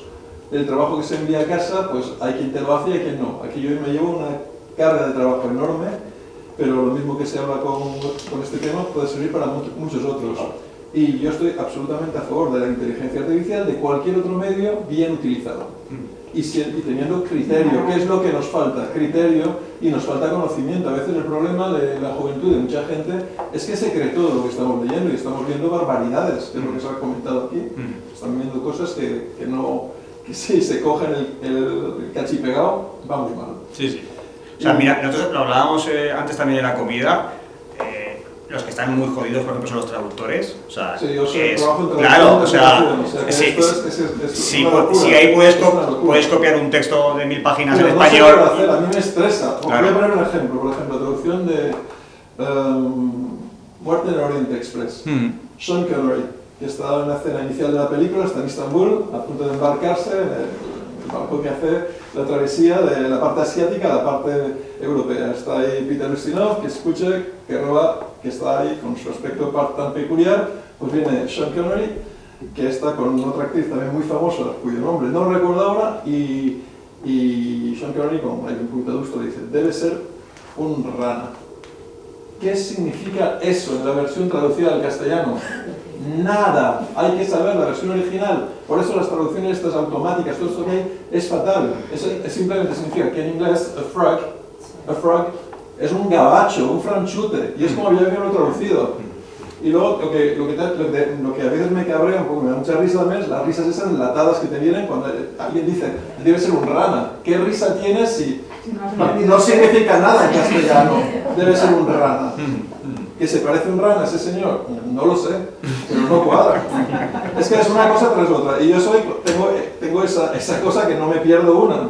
Como hablo varios idiomas, también es una cosa, y te das cuenta de las barbaridades. Y hay que ver también, desde hace unos años, los intérpretes en cabina. Yo he sido intérprete también para la Diputación Provincial, para la Universidad de Alicante, para muchas instituciones. Y ahora mismo casi no se nos requiere. Y es una barbaridad cuando a veces te ponen traducciones automáticas que no tienen ni pies ni cabeza. Y cuando se desconocen las expresiones originales del país, los matices, las referencias culturales, no se puede hacer. O sea, igual que un guionista, pues salen basura. Hay una cosa que estamos a 10 minutos que ya se hace, que es que las películas, los dobladores, también los actores de doblaje, se van a la calle, porque si tú puedes escuchar la voz, claro, si tú puedes escuchar la voz de Robert De Niro hablando en un perfecto castellano, ¿para qué vas a tener otra voz? Puedes tener la voz real de Robert De Niro, o de Robin Williams, o de Timothée Chalamet, y esto ya se puede hacer y se va a poder hacer dentro de 10 minutos, que es la interpretación real de este señor con su voz, pero en castellano. Y además, y además cambiando labios para que encaje la boca. Entonces, es que es muy loco, pero es así. Totalmente. Y el problema con esto es que luego también los nombres propios te los producen fatal. Esta inteligencia artificial tendrá la voz de Robert De Niro, pero no te lo sabe pronunciar los nombres propios de las ciudades y de nada. Cosas súper llamativas que te los diga de forma absolutamente ortopédica, que lo pillas. Sabes que es inteligencia artificial si estás con la mosca detrás de la oreja. Por eso es importante que nos quitemos un poco, o sea, cada vez que vemos... Es que está de moda, es que ahora la inteligencia artificial está de moda, te la meten esta en la sopa, estudia inteligencia artificial para ser alguien, o sea, eso es lo que hay que condenar, y eso es lo que hay que decir, está muy bien para ciertas cosas, pero ojo, cuidado con otras. Y ojo, esto no es baladí, o sea, si nos han metido esto hasta en la sopa es por algo. Si quieren que la inteligencia artificial esté en todo, si Shopify, que es esta empresa, obliga a sus trabajadores a utilizar la inteligencia artificial, o sea, todas estas cosas son muy peligrosas, digámoslo, no nos... Pues eso, no mandemos un pésame con esto, es que es ridículo. Pero ahora digamos a la gente que es normal. De hecho, hemos venido en coche a Elche, y a la entrada de Elche, no sé si lo habéis visto, hay un cartel gigante azul que pone: la IA hará la educación mejor, unas charlas que se hicieron aquí en Elche en no sé cuánto de abril. Fijaos, porque en la entrada de Elche hay un cartel muy grande que pone esto, como la IA hará la educación mejor o no. Mira el Corte Inglés, qué listo, claro. Como la IA no puede vender pantalones en persona, claro, qué listos son. No me digas que hay ya un relato que se titula Frog. A partir de esto, todo el mundo especulando qué es Frog, qué es Frog. Toda una cadena, una generación entera se desarrollará pensando qué es Frog. Será la generación Frog. De hecho, ya, todo es genial. Ay, qué bien, salimos hasta con ideas. La que inventan los productos de los años 60 con Doris Day, también sacaron el nombre del producto. Un pijama para dos. Efectivamente. Y hay que inventar qué producto es. O sea, aquí nos va a pasar lo mismo al final. No, pero ahí hará falta un señor traductor como tú que lo vea y lo revise. La putada es que antes cobrarías 100.000 y ahora tendrás que cobrar 500, porque lo único que tendrás que hacer es corregir Frog. Se cobraba muy bien. Claro. El fin de semana, la verdad. Claro, el problema de la traducción ha sido siempre precisamente un problema. La traducción, e incluso las novelistas, cuando no existía todavía la inteligencia artificial, yo recuerdo que leía mucho a Marguerite Yourcenar, y Marguerite Yourcenar se preocupaba de quién le traducía, porque ella, sus libros se han traducido al ruso, al indio, a todos los idiomas, universal. Pero ella cuidaba, porque sería agentes que cuidaban por ella misma el hecho de que cómo se traducían sus novelas, sus relatos, lo que ha querido decir, incluso su filosofía, que también escribía. Pero es apasionante todo lo que decís. Yo estoy también con Borja y lo que habíais dicho, que, oye, si escribimos, pues somos celosos de que alguien puede hacerlo por nosotros. A ver, yo por lo menos como creadora, bueno, vamos a quitar los egos, humildemente, como a veces creadora que soy, pues la verdad, el hecho de la creación me importa que yo lo haga. Pero yo también pienso una cosa, que yo soy un eslabón. No, la inteligencia artificial ha bebido de todos los que han ocasionado que este hecho pueda nutrirse de todos los hechos culturales, ¿no? Y bebemos de eso, que ya están inventado todo. Pero nosotros somos personas que también venimos de estudiar a los clásicos, venimos de un museo y, oye, como decía un pintor, no dejemos de ver a los amigos en los museos. Quiero decir, no es copiar, es simplemente beber de esas fuentes. Y de esas fuentes es la que nosotros plasmamos. A mí me preocupa mucho la música también, que lo habéis mencionado. Yo también he compuesto, bueno, soy socia de las GAE, y he compuesto muchos temas. Bueno, ya se ha acabado. Aquí en las GAE no cotiza bien.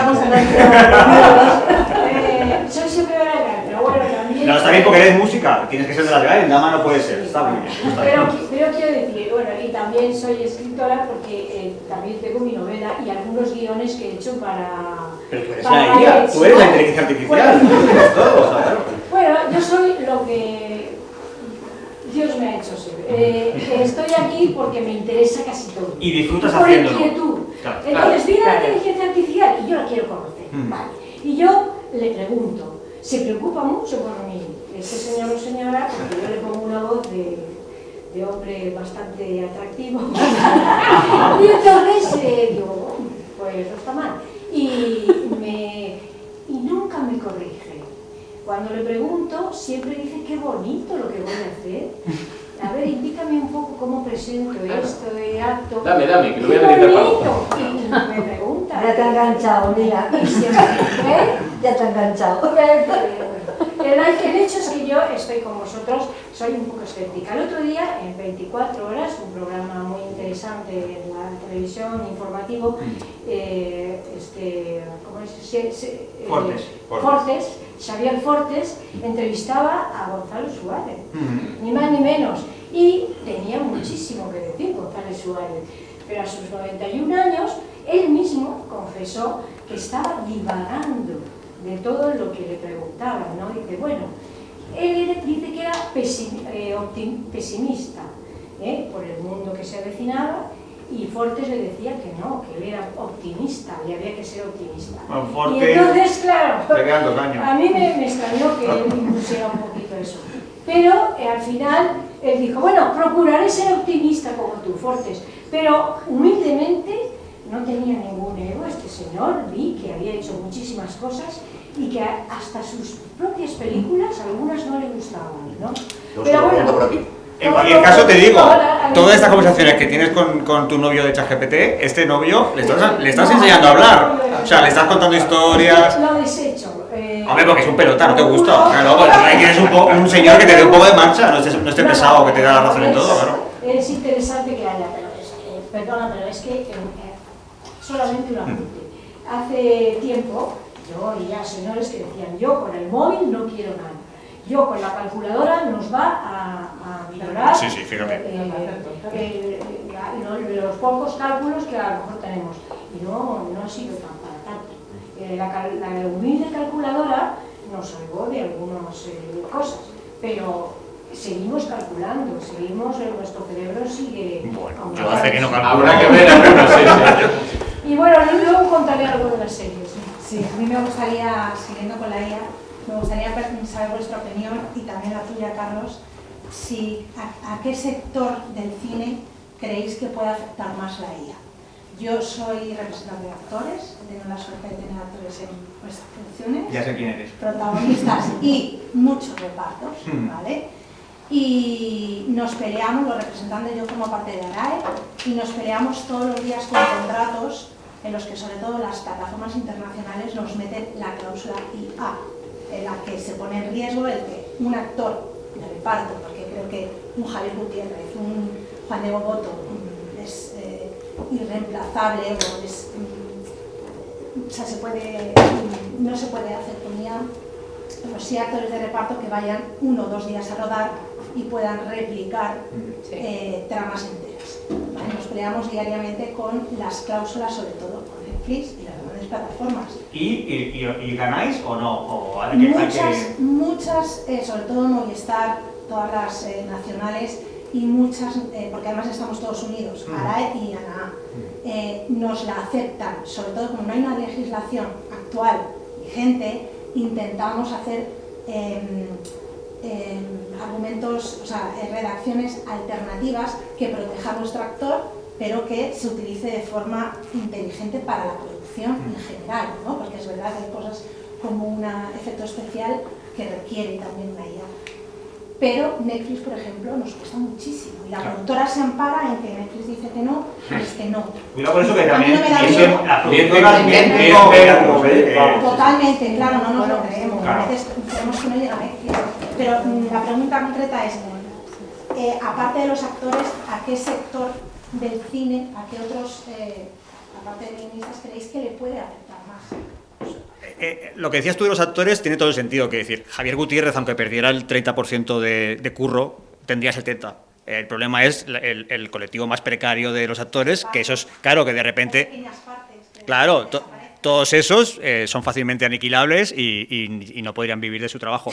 Creo que un sector que corre mucho peligro, más allá de los traductores que decíamos antes, efectos especiales. Sí. O sea, ahí obviamente tiene que haber un ser humano delante porque hay un hecho de creatividad que también influye, pero que hay muchos trabajos de efectos que lo podrá hacer una máquina en 10 minutos.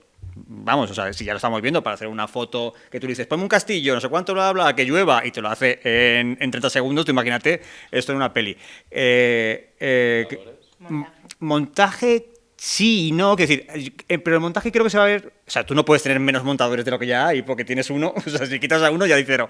Pero es verdad que, por ejemplo, los montadores lo que tienen es, sí que van a ser, creo, relativamente beneficiados porque les va a hacer el trabajo más fácil, en el sentido de que puede que te saquen un primer chorizo muy rápido de coger los planos. Les pagarán menos. Claro, también, pero la figura seguirá existiendo porque es muy complicado que tú montes una película con una IA y ya está, y no haya nadie a otro lado al que le puedas decir, oye, mira, esto tal y cual. Y de hecho hablábamos antes también, ahora Premiere, que es un programa de montaje, lo que te puede hacer es, te puede alargar los planos. Quiero decir, si tú, yo le digo a Virginia, oye, que sí, el director dice corten, y cuando llega al montaje dice, ay, le tenía que haber dejado respirar un poco más para tener la mirada del actor y poder hacer un zoom. Ahora la inteligencia artificial te alarga ese plano y el actor sigue mirando, parpadea, y si quieres que se dé la vuelta, se da la vuelta y se va. Entonces, eso lo pueden hacer ahora también. Entonces, ¿quién más pueden sufrir que se nos ocurran? O sea, yo sobre todo creo que es montadores, guionistas, y luego la locura de que si haces una película íntegramente por IA, pues todo el mundo, ya está. O sea, es que todo el mundo es... el que no, pues a lo mejor el técnico que coloca la bombilla, ¿no? O sea, ese lo va a tener más fácil. Aunque, por ejemplo, sí que es verdad que gente de arte, si tú ahora haces toda la película con un fondo azul detrás y luego por ordenador metes el decorado, hay gente de arte por un tubo que se va a ir a la calle. O sea, hay mucha gente del gremio que va a hacer siempre falta alguien, porque alguien tendrá que decidir si este palacio, las paredes son de color rosa o son de color azul, pero haces así, color azul, tiqui, tiqui, tiqui, y no hay nadie que lo pinte, porque al final lo bonito del cine y de la serie, que yo esto siempre tengo como mi pelea con colegas como más de derechas y odiadores del cine español, que dicen, todos vagos, no sé cuánto, y claro, se creen que el cine español son Javier Bardem y Pedro Almodóvar y nadie más vive de esto, pero es que no es verdad. O sea, si tú empiezas a rodar, hay más de 100 personas que están trabajando en una película o en cualquier serie. O sea, pero 100 personas no son todos actores y directores, son costureras, pintores, electricistas, choferes, cocineras. Claro, entonces es mucha gente, es mucho trabajo. Mira, por ejemplo, los del catering, eso sí que se... Mientras haya alguien en el set, los del catering, eso no les va a afectar porque de luego con los píxeles no se comen. Pero, no sé, venga, hablad vosotros. Bueno, yo de vosotros vigilaría muy bien los contratos porque las cláusulas de IA de las grandes productoras es, o sea, cuando dicen, no, esto no sé, y hay redacciones alternativas que estamos consiguiendo que nos las cambien para que de repente eso no conviertan 2 tomas de un actor en... Claro. Por eso la pelea está en el marco regulatorio. O sea, el marco regulatorio lo que hace primero es no fragmentarnos en las peleas. O sea, nos unifica a todos en la misma lucha. Y luego hay que apelar a algo que es muy ADN del sistema jurídico europeo, que es el nuestro, contra el anglosajón, que es un sistema jurídico normativo basado desde patrones humanistas. Es decir, que va a intentar proteger valores de creación humanística desde el sistema propio jurídico, que eso es algo que no tiene el sistema anglosajón, que tira mucho por un patrón y una lectura neoliberal de cómo interpretas tus derechos. Es decir, tú cedes tus derechos, te pagan una pasta, ojalá puedas negociar lo mejor posible y tengas la mejor musculatura para negociar, pero te quedas sin nada y nadie te va a proteger a nivel normativo. Ahí. En la otra parte no. La otra parte de nuestro sistema lo que consiguió es esto. Lo que consiguió fue asentar unos valores de protección y en concreto en el ecosistema cultural con especial ahínco.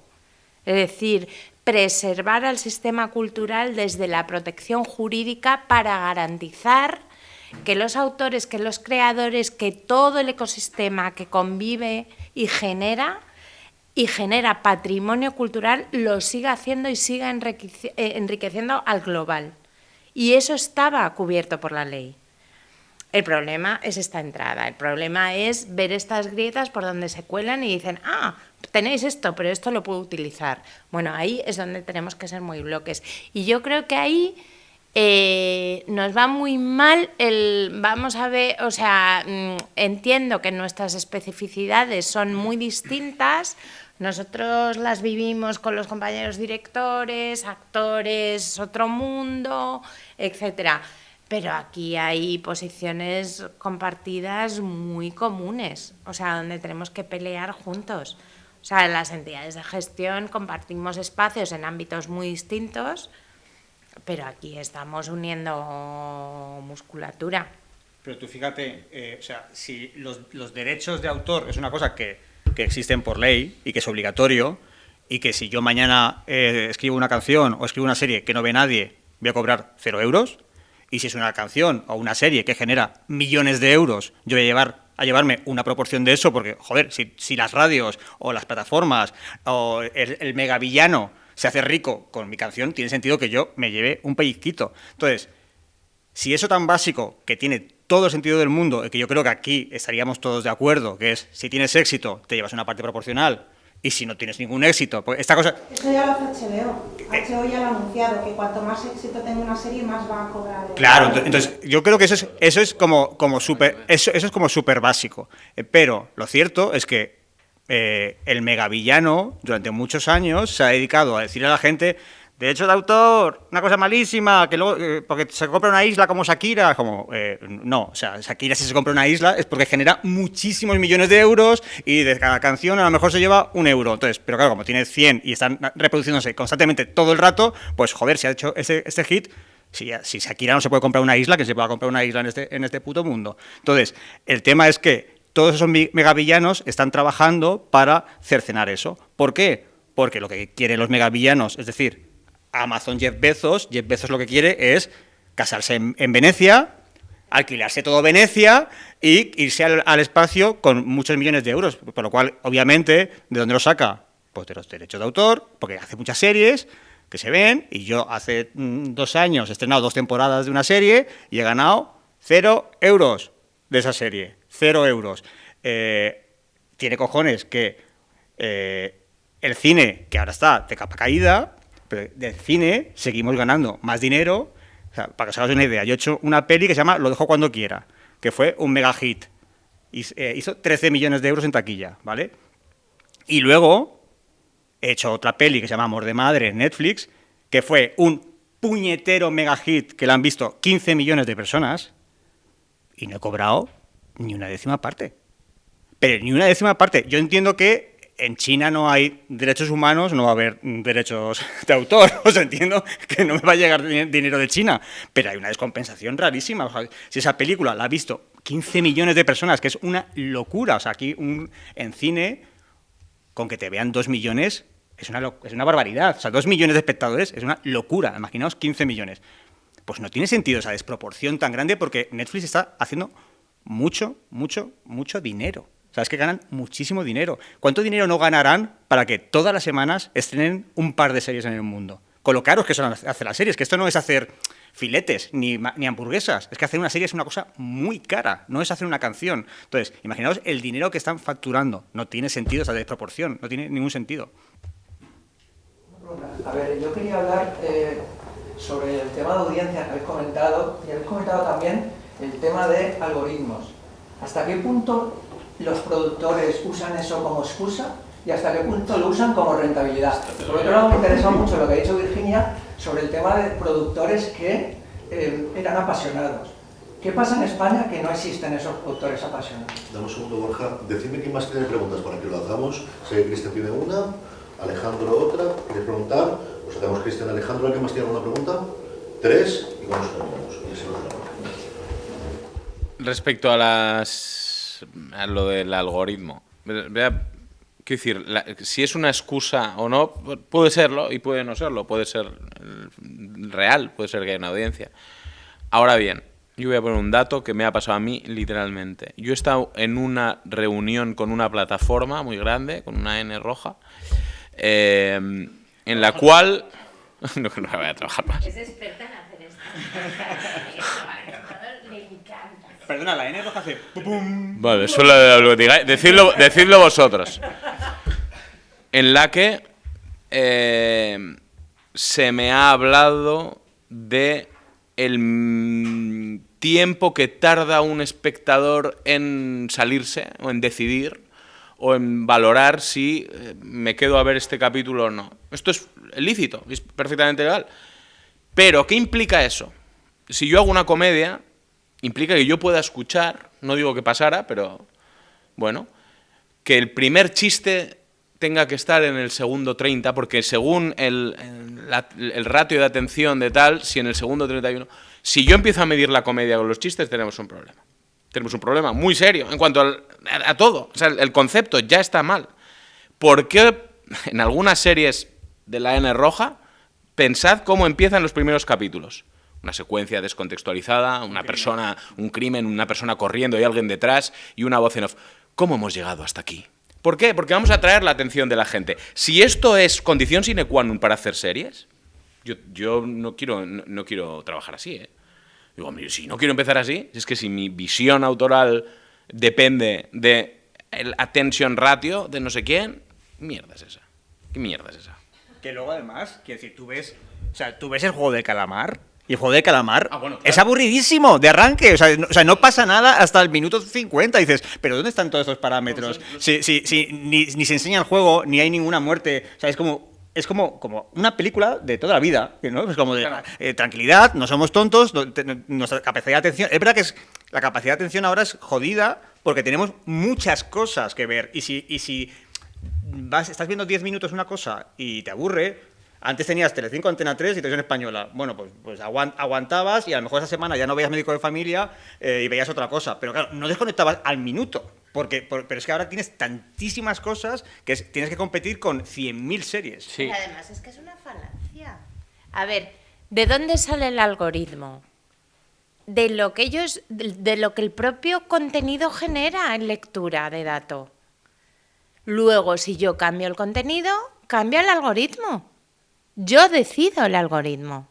Otra cosa es que nos vayamos a las teorías que dicen ¿qué nos interesa? Gente que piense poco, que vaya rapidito, que no vaya a lo nuclear, que esto nos viene regulero.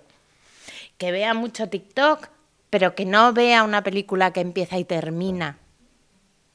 Porque luego además no podrán argumentar tan bien. No van a argumentar tan bien. No van a construir también su propia argumentación. Entonces, es que les estamos comprando un argumento falaz. O sea, no es verdad. Esto es algo que tú has utilizado, que luego las audiencias eran un poco lo mismo, porque era, a ver, cuéntame de dónde viene esta audiencia. Cuéntame de dónde viene esta audiencia. Y cómo es el perfilado de las audiencias.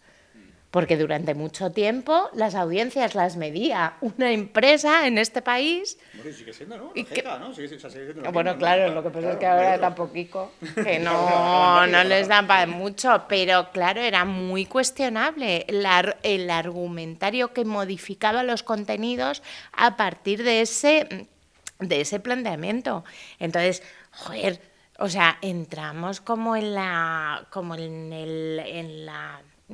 el círculo perverso, ¿no? De vamos allá, ¿no? Con esto, mira, vamos a rebelarnos. O sea, creo que en el algoritmo entiendo que pueda marcar una hoja de ruta. Incluso creo que si una plataforma considera que el chiste tiene que entrar antes del segundo 30 o la acción X tal, me parece bien. Está en su posición de hacerlo. Sin embargo, yo como espectador miro para atrás y digo, creo que el juego del calamar no tenía eso y ha funcionado, creo que la serie de turno, todo lo que se ha salido de eso, todo lo que se sale un poco del algoritmo, lo raro, es lo que ahora mismo destaca. Entonces a mí hay algo que no me cuadra. Digo, vamos a ver.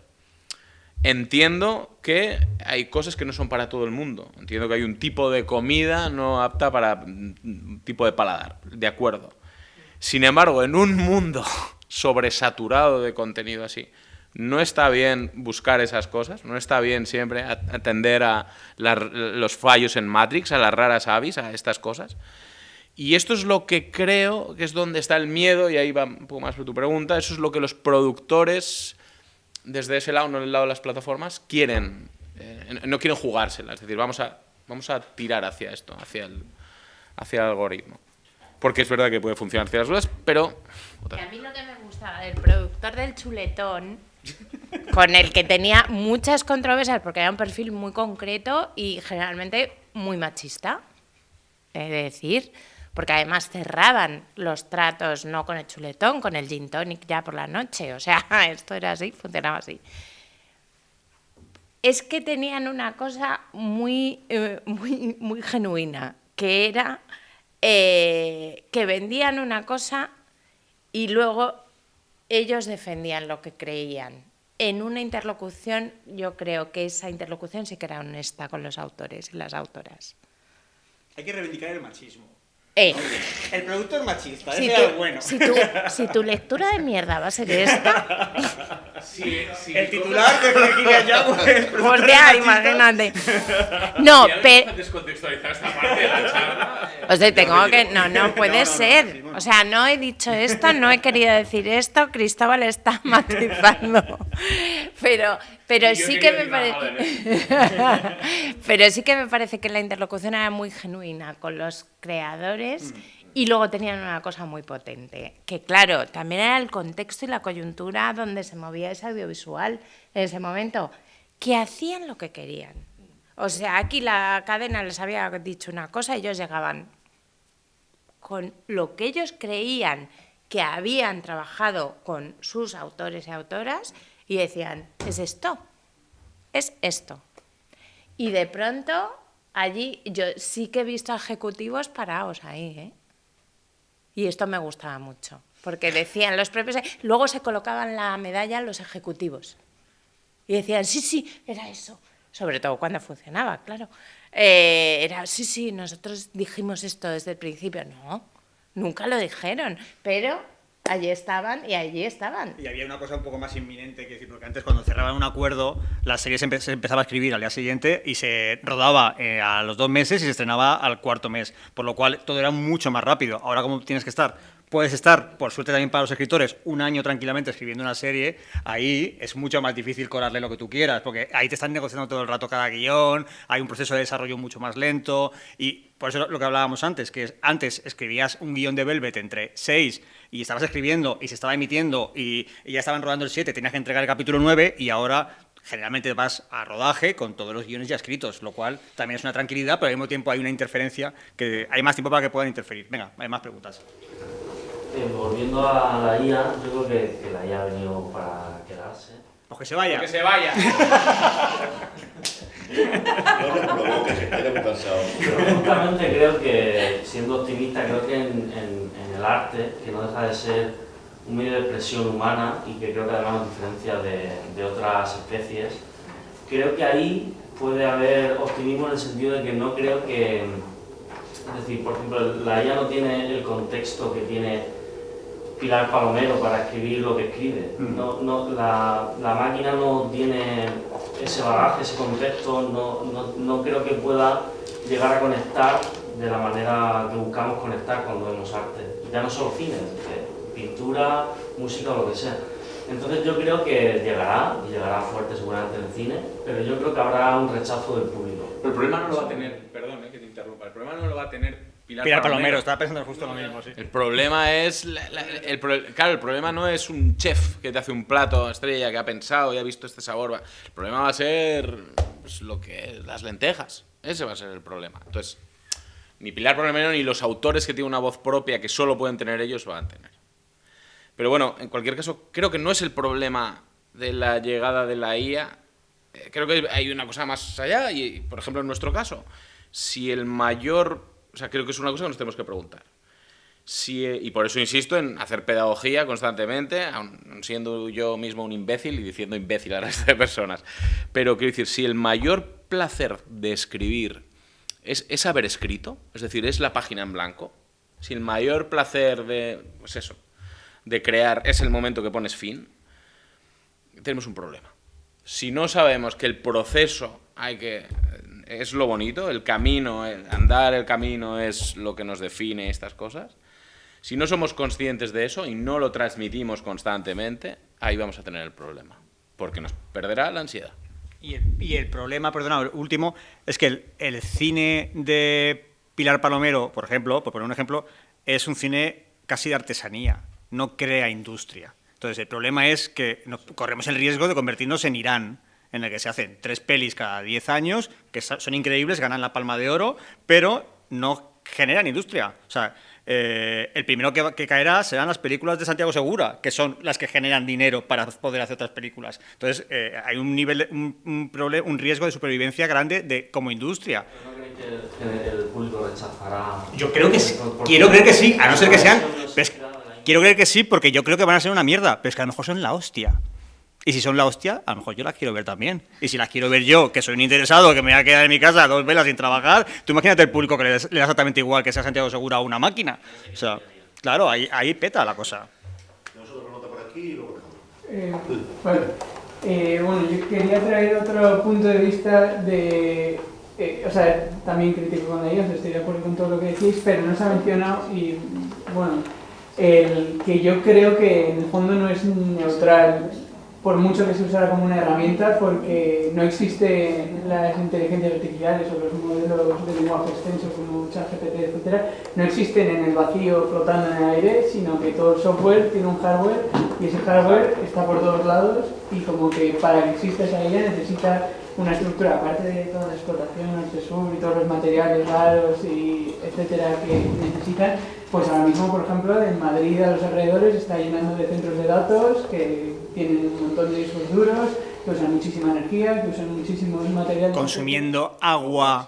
O sea, cada chorrada que hacemos con la IA, cuando hablas con tu novio de mentira, con tu amigo, cada vez... O sea, no, quiero decir, pero que...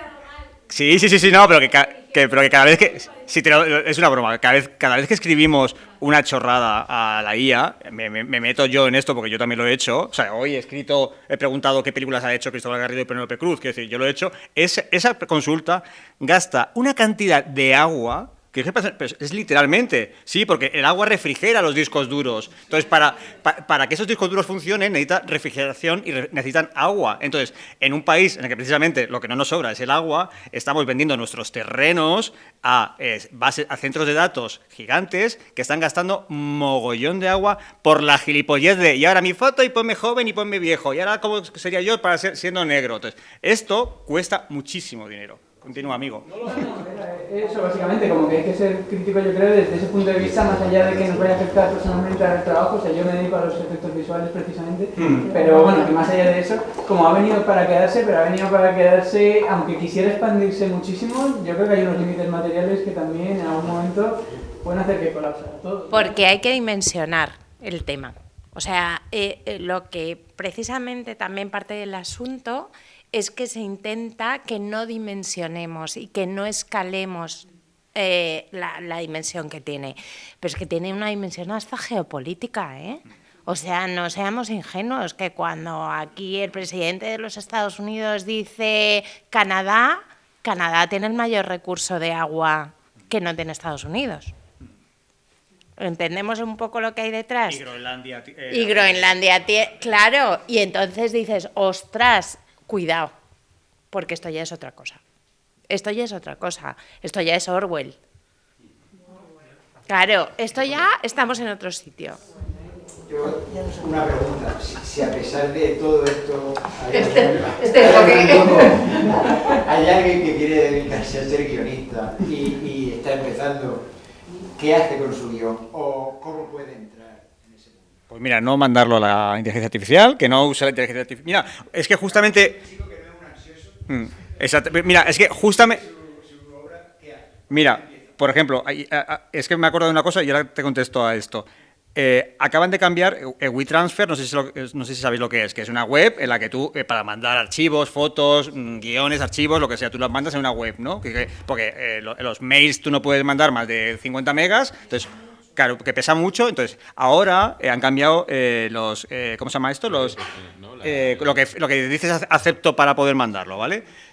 Bueno, pues ahora, ahí entre 25.000 palabras así de pequeñitas, te pone que todo lo que mandes servirá para alimentar la inteligencia artificial. Si tú mandas tu guión, tus fotos, lo que sea, por WeTransfer, eso, a partir de ahora, la inteligencia artificial será entrenada con todo eso. Entonces tendrá tus fotos y en un momento dado habrá un señor francés que diga, ponme una señora de 50 años, bla, bla, bla, y saldrá vuestra cara, o vuestros ojos, o vuestra oreja, porque esto es lo que va, de esta manera se va alimentando la inteligencia artificial. Y respondiendo a tu pregunta, yo es que siempre respondo lo mismo, independientemente desde que hay IA y desde que no, que es la mejor manera para meter cabeza es escribir, escribir y escribir. Es la única manera. Entonces, los jóvenes ansiosos que quieren llegar con su primer guión, eso solamente lo hizo una persona y fui yo. Entonces, todos los demás no les va a pasar porque es muy complicado. Y hay veces que vas a un despacho de una productora o de una plataforma, que esto, por ejemplo, es otra cosa buena que ha pasado en la industria, que es antes era imposible que te recibiesen en ningún sitio en Telecinco, en Antena 3, y ahora hay sitios y espacios donde te reciben, los de Netflix, los de HBO. Entonces, ahora esta cosa que parece tan difícil de poder acceder, ahora está pasando. Entonces, si tú tienes solamente un guión y has dedicado toda tu vida a escribir un guión, y entonces el señor o la señora te dice, bueno, esto está bien, pero ya tengo una cosa parecida, lo que no puede ser es que no tengas otra cosa en el cajón. Porque imagínate que te dice, no, yo ya de policías tengo muchas series, pero lo que quiero es una comedia romántica. No puede ser que no tengas una comedia romántica en el cajón. Por eso digo que hay que escribir mucho para poder tener un plan B, un plan C, un plan D, y porque escribir solamente se aprende escribiendo. Es la única manera. Te puedes leer todo, y leyendo, pero sobre todo escribiendo, porque leyendo te lo están dando hecho. Porque puedes leerte todos los manuales de guión, puedes verte documentales sobre cine, puedes verte muchas cosas, pero a escribir, a salir del atolladero de la página en blanco que decía antes Borja, solamente se sale con callo y con oficio. Y ese oficio solamente se consigue escribiendo.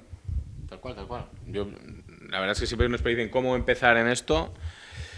Escribir, enterarte muy bien cómo funciona el gremio, cómo funciona, cuál es la industria, cuáles son las coordenadas, ¿no? de cómo se entra en un equipo, cómo conociendo a gente, buscando apoyo, laboratorios, en fin, hay un montón de posibilidades. Ninguna es el éxito, ¿no? Ninguna es lo que diría Bob Byron. No hay una única forma, hay muchísimas.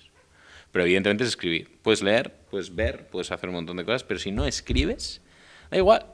Yo me he visto todo, me lo he visto, pero no he escrito todavía Los Soprano. Me la he visto, no la puedo escribir.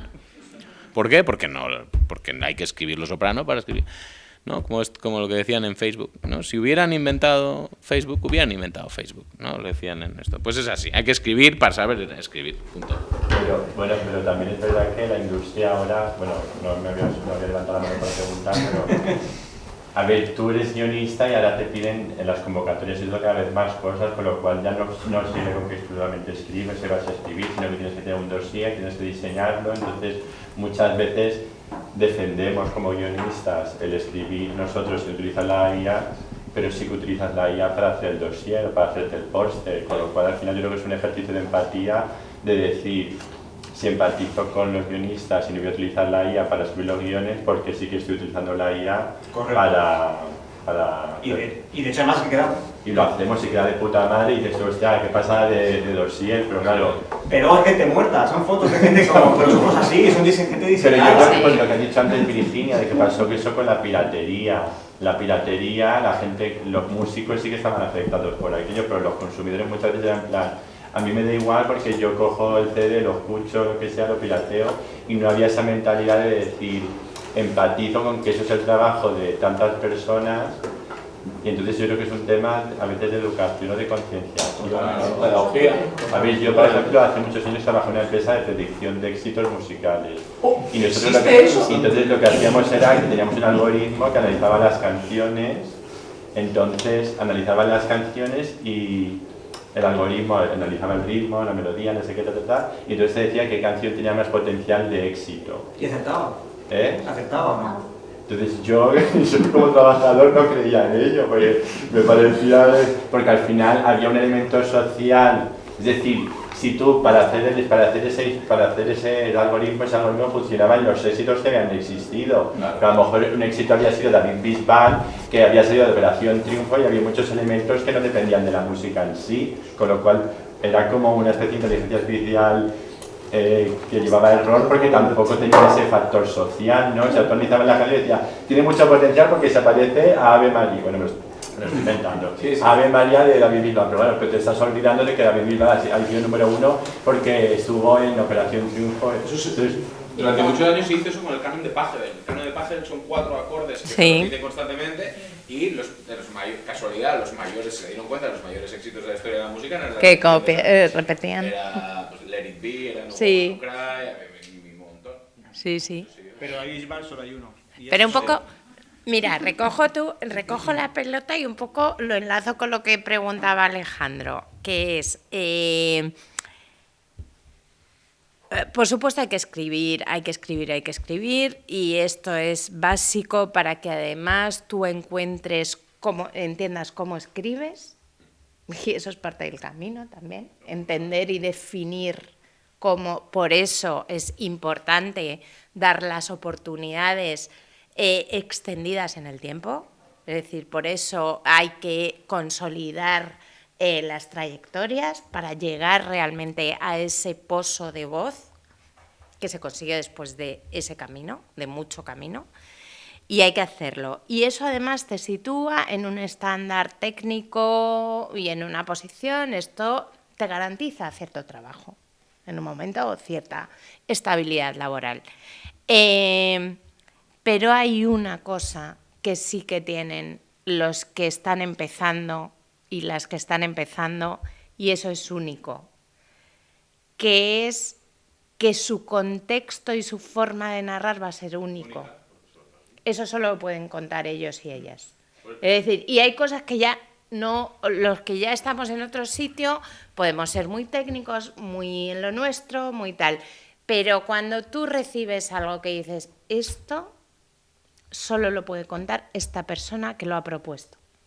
Y eso es inapelable. O sea, eso es inapelable. Claro, si yo escribo PEC, o sea, es como... Grima, es cringe, es la cringe. Bueno, cuando me dijeron, porque tengo otra de 19 también, y me dijo lo de sirviendo, coño. Y pensé, claro, esto es soez, esto es machista, y me dice, mamá, si es todo lo contrario. Yo pensé, madre mía, o sea, nunca podré escribir esto porque ya me he quedado fuera de onda. Pero tienen eso. Lo que ocurre es que no pueden estar, y por eso ahí recojo, no puede ser que su contexto único y genuino esté apelando al referente. Eso es a lo que han visto, a tal y otra vez. Y eso es, dices, ahí es donde te matas a ti mismo. O sea, ahí es donde te das el tiro en el pie. Correcto. Es que una de las cosas que quería decir, creo que el mayor consejo que he escuchado yo sobre qué hacer, no sé quién lo dijo, pero dijo, no escribid, por supuesto, pero vivid. Es decir, no os dediquéis solo a leer, a ver, a tal, a empaparme de eso. Lo dije yo. Luego Cristóbal. Vivid, estad en vuestro contexto que es único, el mío, el de tus hijas, el de mis hijas, o sea, son contextos que van a ser únicos y de ahí saldrá algo, Si tratas de emular, por eso a todos los guionistas no intentad copiar, muchas veces te llegan proyectos, mirad, esto es La Casa de Papel y House, una mezcla, bueno, sí. Chicos, genial, pero ya se han hecho. Yo quiero House de Papel se llama. Sí, The House de Papel.